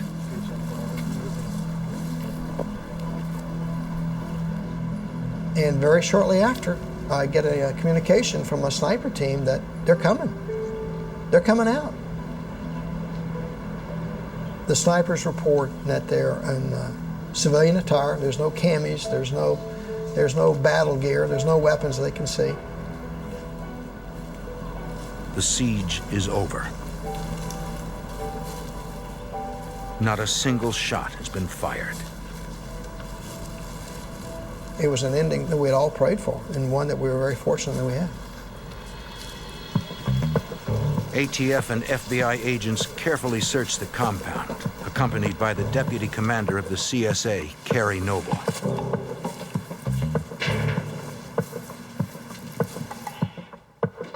Over the course of several days, they recover hundreds of automatic weapons, homemade hand grenades, and landmines, as well as detonator boxes and plastic explosives. Agents find a Law anti-tank rocket near the leader's house.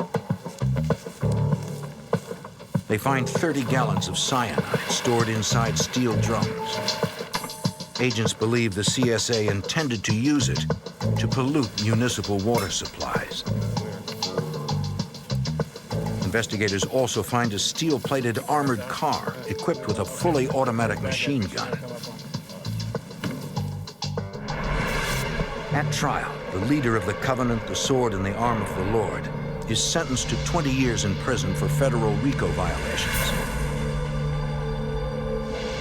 Carey Noble, the CSA's deputy commander, receives a 5-year sentence for firearm violations. Today, he speaks publicly about the dangers of hate groups and destructive cults. Richard Wayne Snell, already serving a life sentence for the murder of Arkansas State Trooper Lewis Bryant, is found guilty of murdering a pawn shop owner. He is sentenced to death. On April 19, 1995, at 9:16 p.m., Snell is executed by lethal injection. Today, the CSA compound is little more than a collection of abandoned shacks and stone ruins.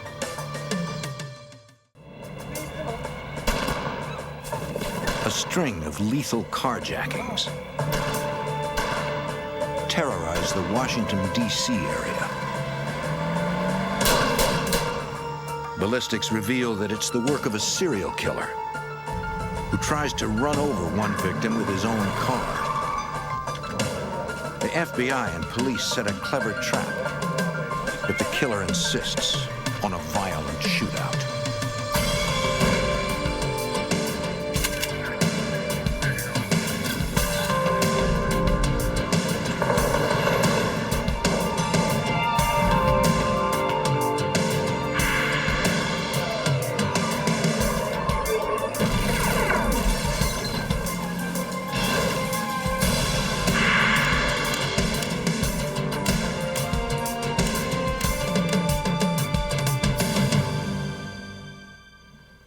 In the early 90s, a serial killer stalked lone victims in the dead of night.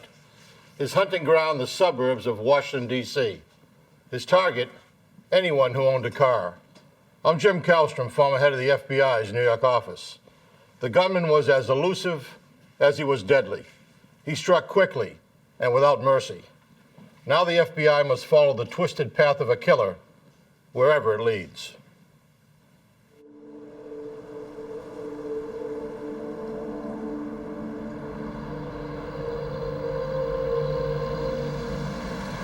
November 13th, 1991.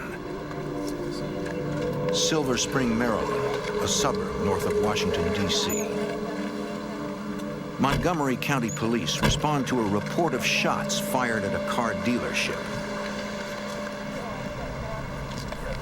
Officers discover the body of a woman shot in the chest and forehead. Call the medical examiner. And another gunshot victim nearby. He's got a pulse. The man is breathing but unconscious. Paramedics rush him to the hospital.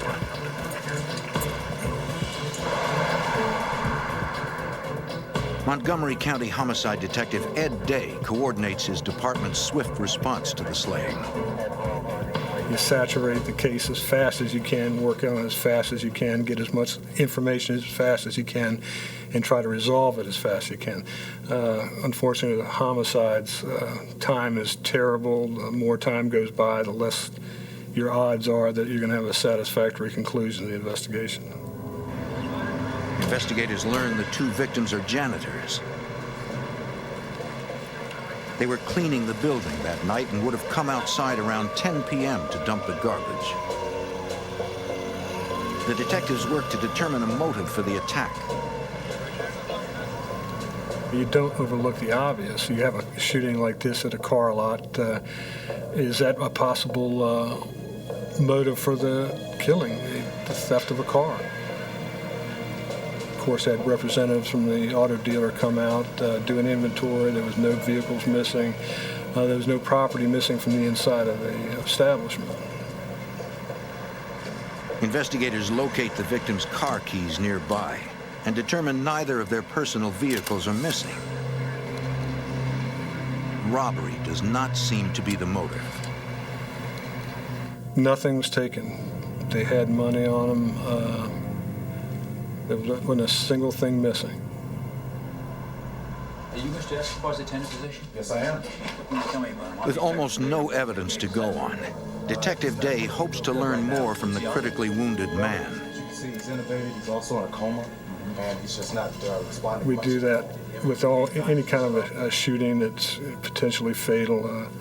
There's a rule in law that a dying declaration does not have to be corroborated. It's not hearsay because if the person knows he's going to die, he's assumed to be able to be telling the truth. So if you can get a statement from somebody in really serious circumstances, then it's always a very, very powerful piece of evidence. I got to check on you. But the victim dies 9 days later without ever regaining consciousness.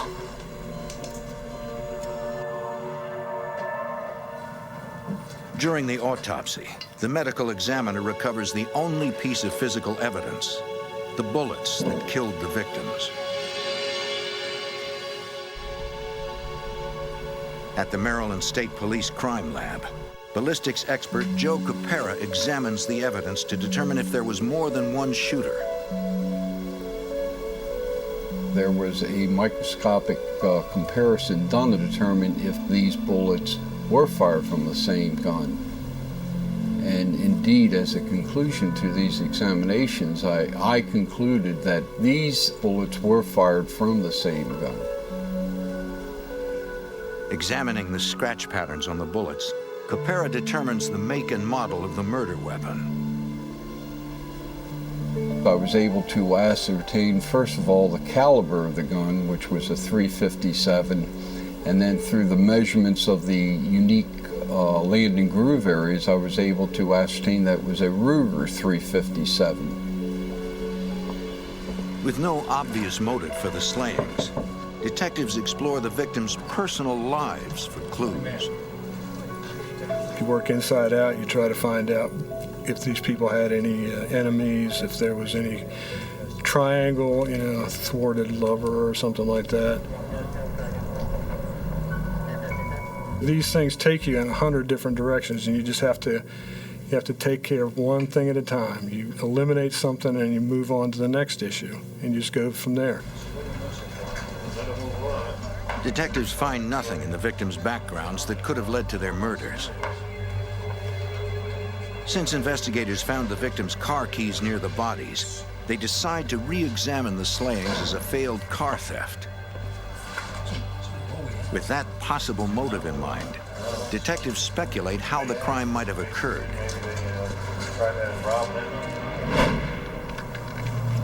They were cleaning. The business was closed for the night. They were taking the trash out. Hey! Nice and easy, just throw me your Detectives suspect the gunman demanded the victim's car keys. The keys. Here, it's right here. Don't hurt me, okay? Based on the position of the woman's body relative to her keys, they believe she tried to run. And we have to make the assumption that he lost control of the situation and decided to kill the two of them before he identified what car belonged to them. He escalated an attempt theft into a murder for no good reason.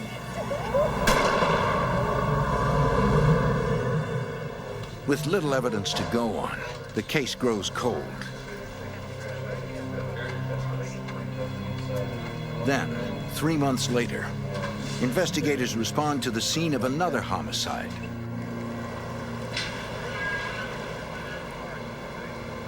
They find the body of psychology professor Dr. Shaheen Hastrudi lying in a parking lot in Bethesda, Maryland. Unable to locate her car, detectives believe she was the victim of a fatal carjacking. Noting the lack of blood spatter evidence near the body, they suspect Hastrudi's assailant shot her while she was still inside her car. Through interviews with her colleagues, authorities determined Dr. Hastrudi left her office around 8 p.m. She's obviously accosted. At some point gets in her car. Get in the car! Start it. Start the car. Start the car. Start the car. Don't touch her. Once she's already in the car, she's shot.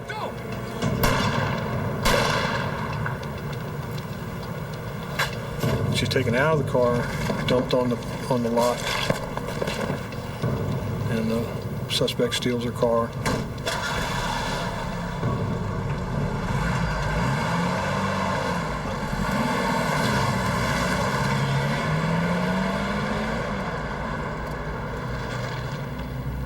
Gunshot wound to the head, large caliber, no witnesses.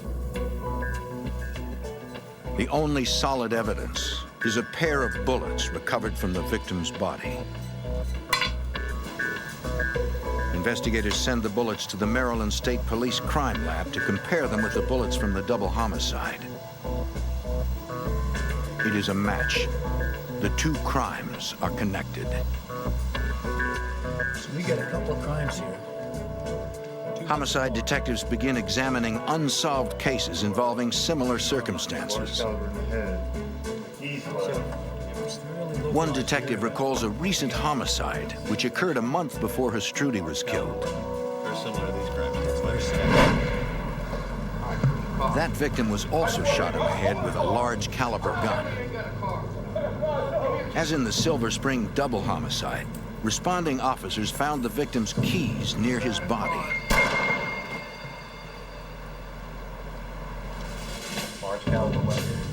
But this victim didn't own a car, which leads investigators to question whether car theft was the motive, or if the case is even connected to the other shootings. But we said, you know, this is looking like they're definitely linked for some reason.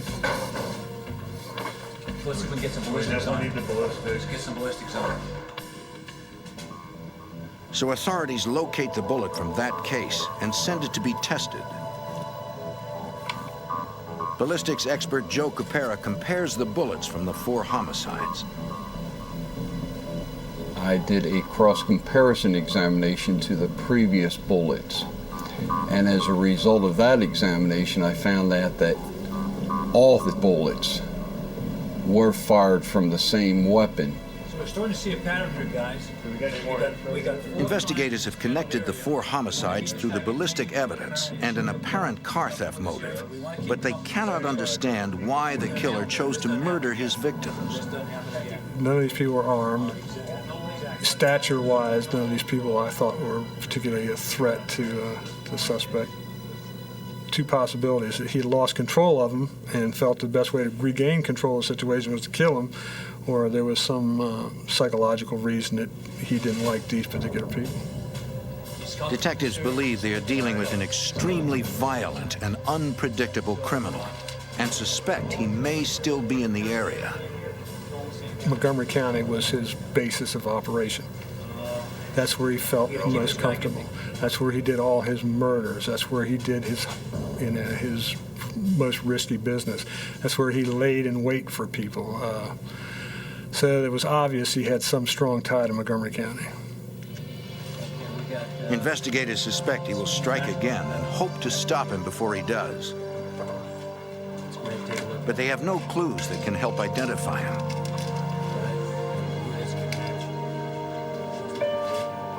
These are looking fantastic. And the killer's weapon is the only thing that can connect him to the murders.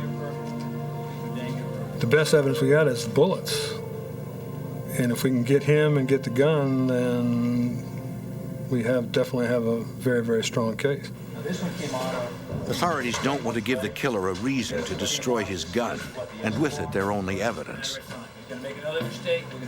So they decide to keep the ballistics match away from the media.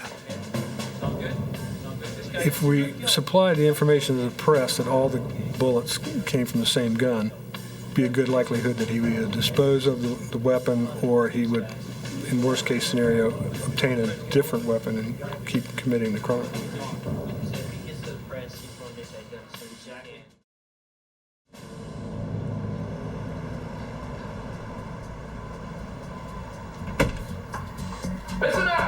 More than a week after the Hstrudi killing, a man wearing a stocking mask and latex gloves robs a bank in Chantilly, Virginia. The bank's video security system captures his image.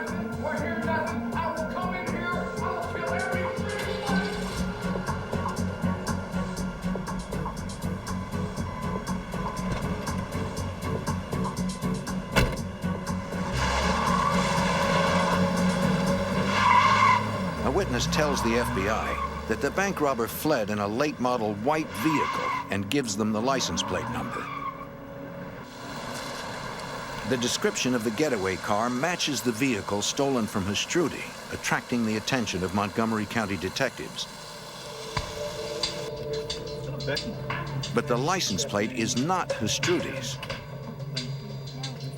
Investigators trace the plate and discover it had been stolen from a vehicle in Annandale, Virginia. For detectives, this leaves open the possibility that Hstrudi's car was used in the bank robbery.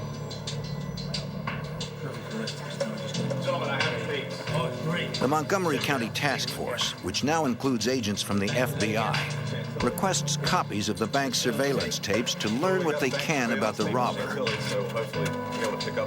Investigators watch the crime unfold and notice the robber is carrying a revolver of the same make and caliber used in the 4 homicides.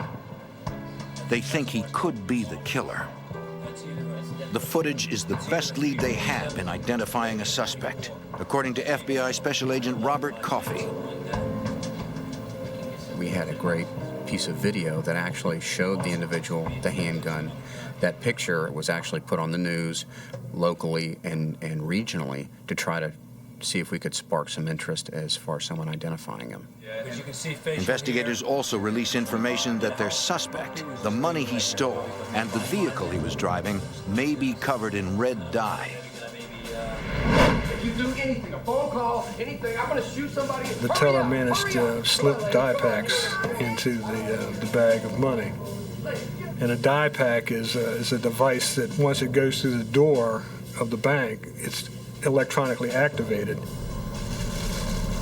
There's a timer on it that gives a person a little bit of time to get away from the bank, and then it explodes, spewing this terrible red dye. It stains. It's very difficult to get off. It gets on the money, and it will not come off the money. It takes a while to get it off you personally. 5 days after the bank robbery, police in Northern Virginia find an abandoned car bearing the stolen plates reported by the witness. A check of the vehicle identification number proves that it is a Strudy's car. The officer peers inside, examining the interior. We had the red dye stains in it from the dye packs from the bank. We had proof positive that it had been used in the bank robbery. Officers impound the vehicle and transport it to the police garage for processing.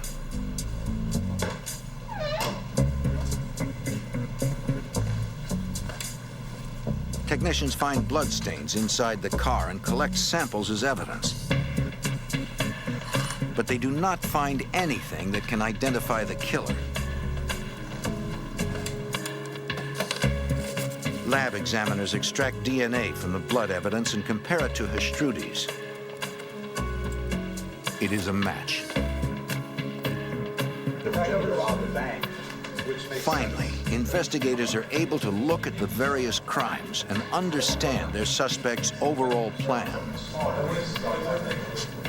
It's gelled into something that makes a little bit of sense. You went from a situation where you had a whole bunch of motives that really didn't make sense to now a concrete motive. This person is killing people to steal cars to commit bank robberies. Although authorities now understand why the suspect is murdering innocent people, they have no clue who he is. Investigators face the nearly impossible challenge of identifying and catching a ruthless gunman before he kills again. The FBI and Maryland's Montgomery County Police are hunting a killer who has already committed 4 homicides, as well as a bank robbery. Several FBI agents are part of the task force pursuing the gunman, including Special Agent Robert Coffey. One of the main roles of the FBI, specifically in this type of a crime, is that we work with many different agencies to corral all of the investigators and bring forth the information in one kind of a think tank. This multi-agency approach is an invaluable investigative resource for Montgomery County Homicide Detective Ed Day. When you start working with multiple jurisdictions on different cases, well, the more jurisdictions are involved, the more jurisdictions have an interest, the more assets you can draw from. The task force now understands their suspect's crime pattern. He steals a person's car at gunpoint, killing his victim, then uses the vehicle in a bank robbery. Investigators continue to look for past unsolved cases that involved a similar pattern. Nothing occurs in a vacuum. Somebody doesn't just start killing people, so that's when we really started doing the research. They identify an incident that occurred in their county almost a year earlier. Is this your car? No, it's not my car. Our victim was a maintenance man, an Hispanic male. Give me your keys. He was accosted by a white male carrying a large caliber dark handgun. Where's your car? When the masked gunman asked for the victim's car keys, the man claimed he didn't own a car. Oh, no. The suspect demanded to know which car belonged to him. He was told to turn around and face away from the suspect, get down on his knees, and put his hand behind his head. Where's your car? Where's your car? Our victim at that time felt quite certain that he was going to be executed. Better be your car.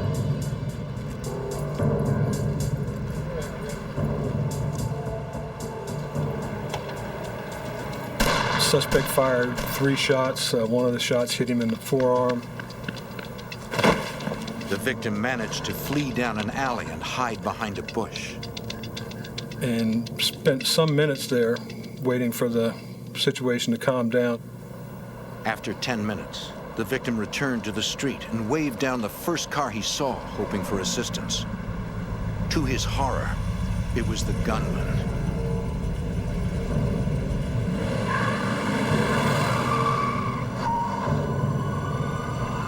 An alert neighbor had called police.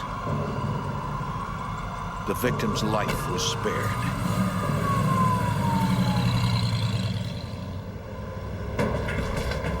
The following day, a witness reported seeing a masked gunman leaving the scene of a bank robbery in Centerville, Virginia. Police later recovered the getaway vehicle and determined it was the car stolen from the maintenance man. Investigators examined the evidence gathered at the scene of the carjacking.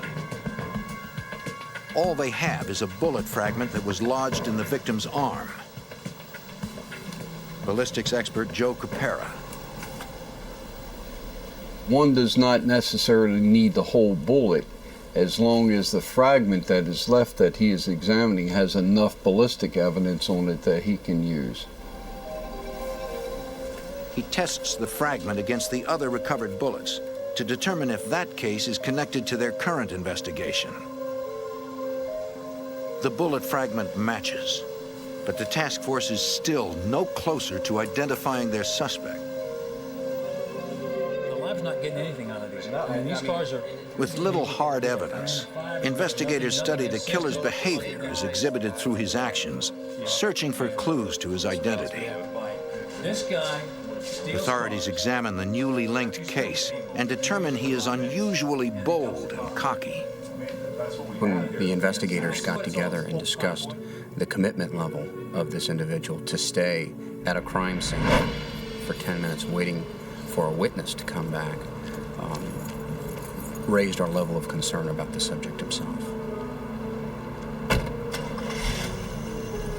He's not in a big hurry. It feels pretty comfortable that the police aren't going to be there anytime soon.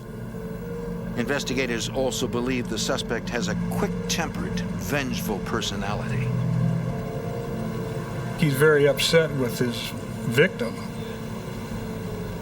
He's decided that he has been himself wronged in some way, and he's going to make him pay for it. But authorities cannot understand why the suspect uses what appears to be an unnecessary level of violence during the carjackings. It does not make sense to kill somebody in the least risky part of the crime. The biggest risk he's taken is when he goes into those banks, as far as getting captured, being identified, or running into any real obstacles. Taking these people, innocent people off in the middle of the night in a ground of his own choosing where he can isolate them. I mean, he's safer at that location than he is at anywhere else and anything else he does. It just doesn't make sense why he chose to kill these people. Their suspect is not only dangerously disturbed, but also clever. Yeah, we'll just pull in here. See. One of the more interesting parts of the MO that this individual used was the number of jurisdictions through which he perpetrated his crimes. He exploits the fact that no single police department can readily see his entire crime pattern. We have a carjacking in one jurisdiction. We have a stolen tag from a second jurisdiction. We have a bank robbery in a third jurisdiction. And then we have the car abandoned in a fourth jurisdiction. The gunman's efforts to stymie police do not stop there. Each time he abandons a stolen car, he leaves it unlocked with the keys in plain view. One of the difficult parts of recovering the vehicles following the robberies is that they were being driven by other people. By leaving the vehicle with the keys in it, the vehicles were then subsequently restolen. Leaving the vehicles to be restolen destroyed whatever forensic evidence would have been left behind. So the only thing we had to match all of the crimes was the forensic evidence from the ballistics. Investigators continue to look for additional unsolved carjackings in which the vehicle was later used in a bank robbery. They identify a case that occurred within miles of the other thefts.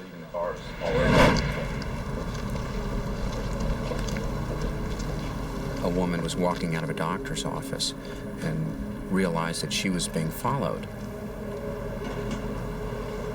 She turned to try to go back to the doctor's office, but was confronted by the individual. and then asked for her keys.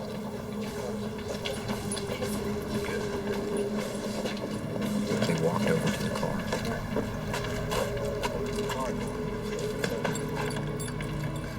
Come on, come on, come on.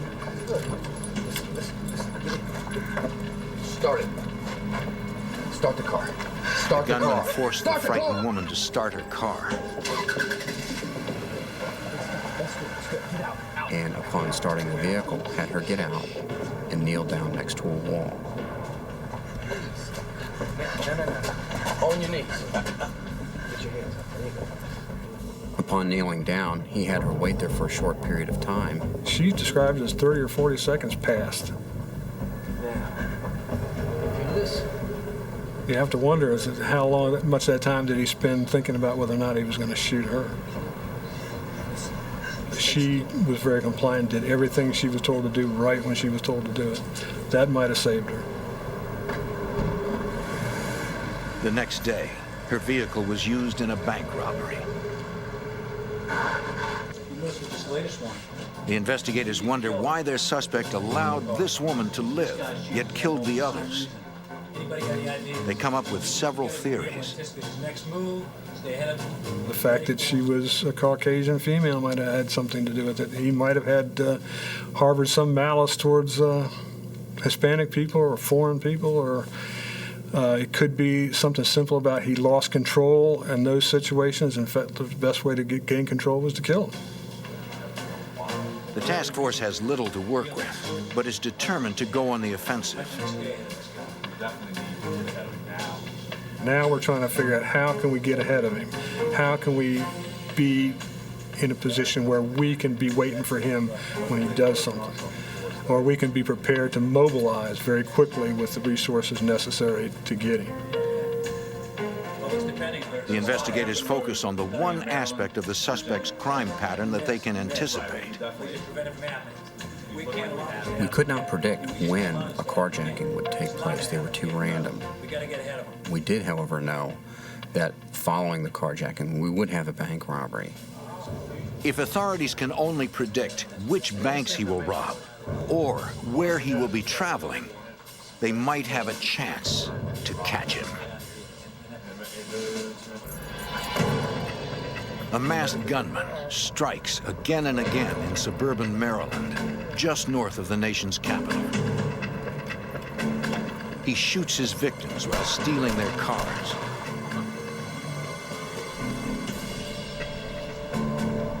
Which he later uses to rob banks.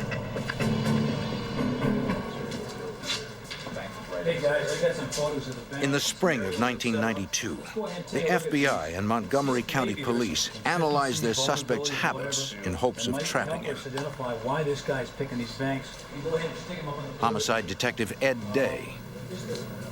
We had people take aerial photographs of every crime scene and the different escape routes and things of that nature, trying to find some logical pattern to what he was doing, something that would maybe give us a clue. What are consistencies? What are inconsistencies? Is there anything like that that we can use to our advantage to foretell what he might do next? On the surface, the list of crime scenes appears random. But a closer look by investigators reveals all the banks he robbed share a single trait. Everywhere he went, he had access to a major roadway that would take him pretty quickly to a thoroughfare like 495 or 270 or something like that. The task force shifts their focus from predicting where the suspect will strike next to catching him when he makes his escape after a bank robbery. They decide they will cast a dragnet on all highway exit ramps in the area. FBI Special Agent Robert Coffey. We developed a plan where we would cast a net using all of the jurisdictions, law enforcement within the Washington area, to where once the bank robbery were to take place, he would have to pass through some points of the net. Meeting with officers from every police department in the area, the task force details their plan. incidents reports from the murders, and I'm going to pass them out. They will watch for any carjacking reports resembling their suspect's MO. Officers from each jurisdiction will then prepare for a quick response if a bank is subsequently robbed. They will immediately stake out pre-assigned highway exit ramps targeting the stolen car. Once he's carjacked the vehicles, and implement the plan. There was enough support at each particular location that he could be followed. We could bring to bear enough additional manpower to make a stop of our choosing and, of course, effect an arrest if we were lucky enough to spot him. Ready to cast their net, investigators wait for the suspect to steal a car. All key players in the plan, let's get them. At 5 a.m. each morning, Special Agent Coffey begins his day by reviewing the reports of all the area car thefts from the night before. He looks for the one that matches their suspect's MO. Take a look at it. If the suspect stole a car, the task force needs to identify it before banks open at 9. Take a look at it. But months pass with no sign of their suspect. Investigators begin to worry that the killer has gone underground and may never be caught. We assume he's obviously stressed at this particular point. He's feeling the heat of the notoriety of what he's done. October 9th, 1992. Special Agent Coffey. 8 months after the killer's most recent slaying. I get notification from our Baltimore agents that another carjacking has taken place. We've got a white male with a ski mask, latex gloves, and a handgun. Has taken place all the way up in Baltimore.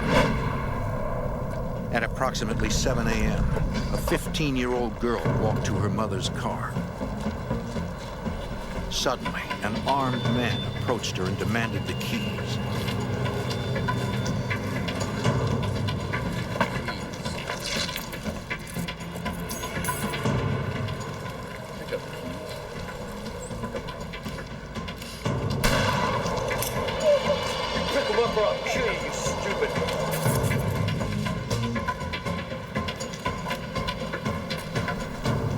Police officer heard this and came to her aid.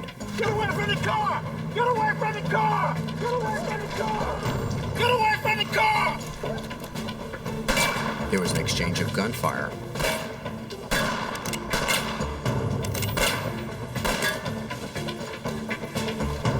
And the carjacker took her vehicle and fled the scene.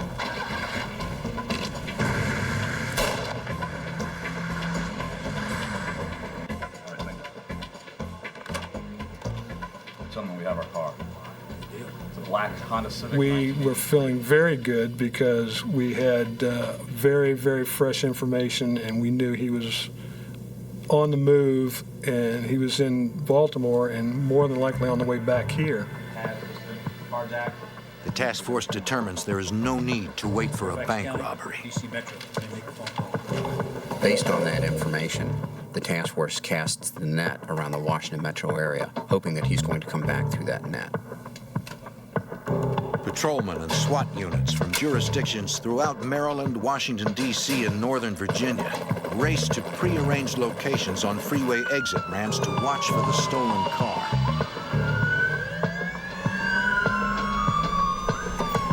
Since police cannot be sure if the suspect has had time to switch the license plates, they pull over every vehicle matching its description.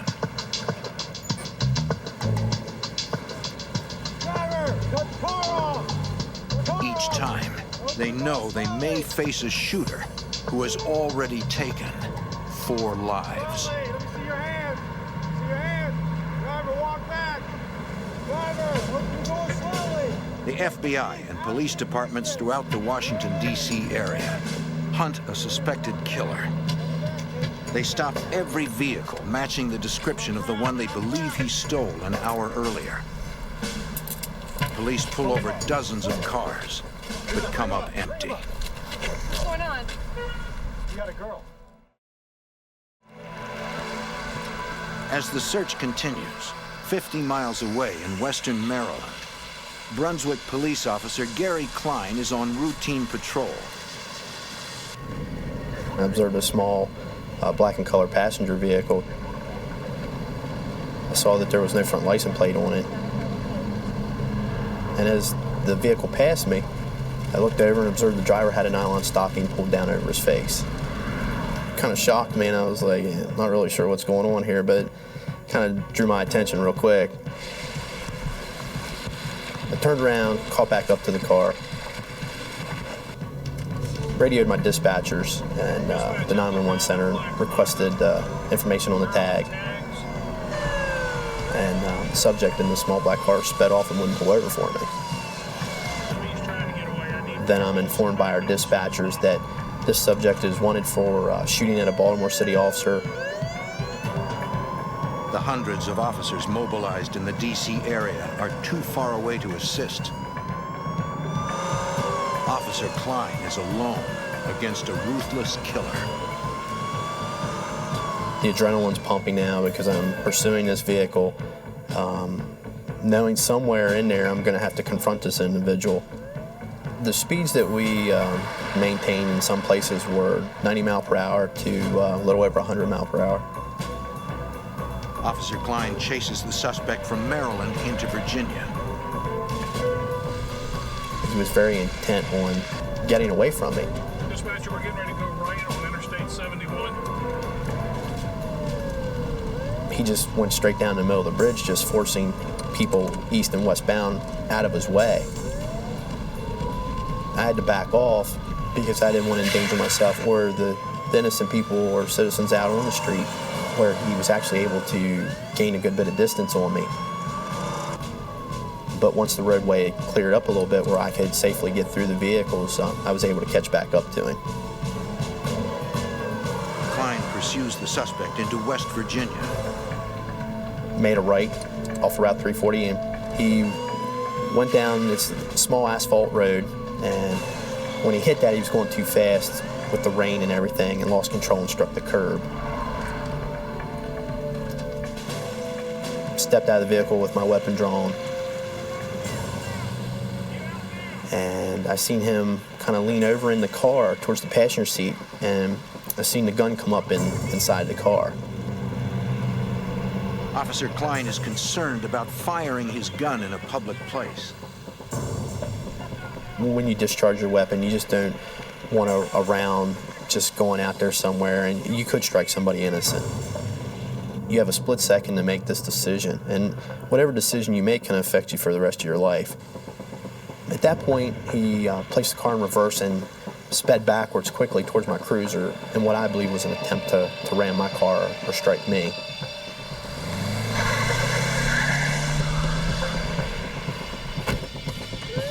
He proceeded down a small access road, and I proceeded after him. He sped into the little dead-end dirt gravel area, and he tried to go behind this bulldozer and wrecked into it. There's nowhere for him to go, and now I have to confront him.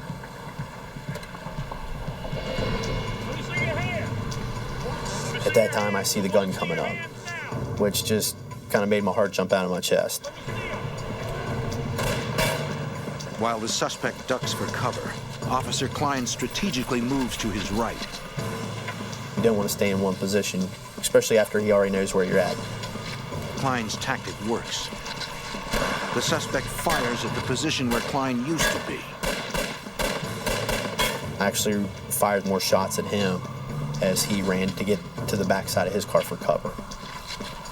With backup units still minutes away, the lone officer fights to stay alive in a violent face-off with a vicious killer. Let me see him.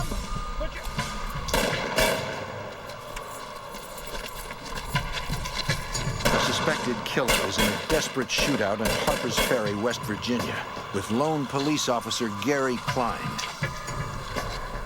I see him start to come up from behind his car through the passenger side window with the gun raised, and he's coming up. I remember firing at him and striking the car, and he ducked down behind the car again. several seconds passed. He raises back up. You can hear it, the actual sound of the bullet striking the car, the metal, and he ducks back down behind the car again. Finally, backup arrives. When they put their hand on my shoulder and I knew who they were, it was this big relief. Burden was lifted off my shoulders because now I knew I had fellow officers there. Within the next 10 minutes, police officers from several jurisdictions were on the scene. Come out from behind the car! The gunman realizes he is outnumbered.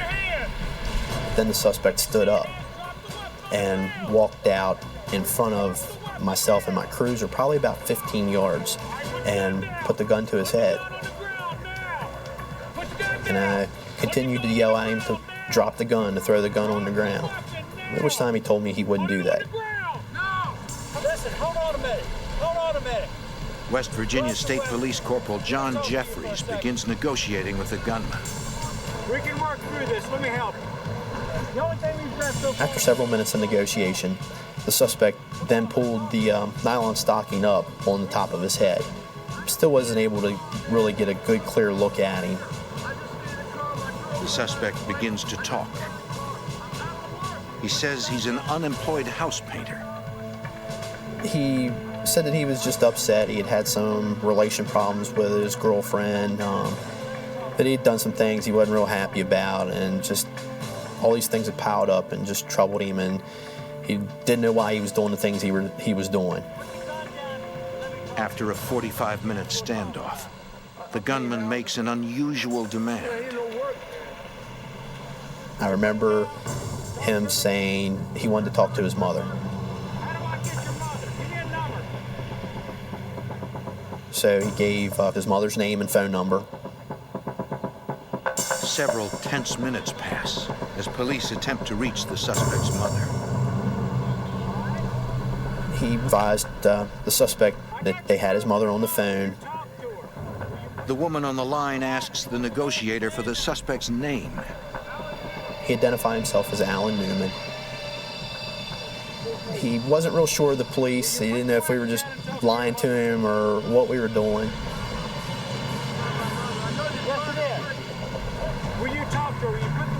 He said, well, ask my mom what my favorite cookie is. I remember Corporal Jeffries saying, your mom said your favorite cookie is chocolate chip. And he started crying. It really shocked me because I thought he was just going to drop the gun and give up. You see the hammer coming back and everything's like slow motion. You see the hammer drop, you're waiting for the gun to go off. And it didn't. Seizing the opportunity, officers rush in and subdue the gunman, ending the standoff. After it was all over and done, very relieved, very appreciative of all of the guys that were there that day. I was able to help to get this person off the street and put him where he needed to be so that nobody else would be hurt. Police take Alan Newman into custody and confiscate his Ruger 357 as evidence. It is the same model used in the murders, according to FBI Special Agent Robert Coffey. From the prior ballistics, we knew what type of gun it would be. It would have been a specific Ruger make, and in fact, that's what he was carrying. The same types of bullets that were used in the shootings and the homicides were, in fact, still in the weapon. You have told us that over and over. After nearly a year of hard work, investigators finally meet the killer face to face. We no longer have someone running throughout the counties killing people for cars. We were very excited about getting the chance to talk to the individual to find out why. Go ahead, take it. While Newman admits to the Baltimore carjacking, he refuses to admit to any of the murders, according to homicide detective Ed Day. You don't have anything on it. Throughout the interview process, he remained pretty cocky and he thought he was pretty cool. Investigators continue to press Newman. While at a firearms laboratory, a ballistics expert fires Newman's gun into an 800-gallon tank of water. The examiner compares the unique markings on the fired bullet to those on the bullets recovered from the 4 murders and the attempted homicide. Ballistics expert Joe Capera. It is a scientific certainty that this is the firearm that fired these bullets, and no other firearm could possibly do that. I want to hear it again. After hours of interrogation, investigators receive the ballistics report. That's like the magic piece of evidence, and that's the one that you really knew would seal the whole case. We had physical, undeniable evidence that we could put in front of a jury that he could not refute in any way, shape, or form. We could convict him without much trouble, and we could have gotten the death sentence with the information that we had, which put it over the top, and he decided it was best to make a deal for life rather than take the chance on being executed. Alan Newman pleads guilty to all the charges against him and is sentenced to 5 life terms without parole, plus 100 years for handgun violations. Looking back, it was the collective efforts of more than a dozen police agencies contributing interviews and evidence that led to the successful conclusion of this case. The accomplishment for all police officers and all investigators is to arrest the bad guy and put him in jail. And when you do that, you get a nice warm feeling for about 10 minutes until the next case comes in and you have to start all over again. But for now, every investigator who worked this case is content to know they have ended one man's violent rampage.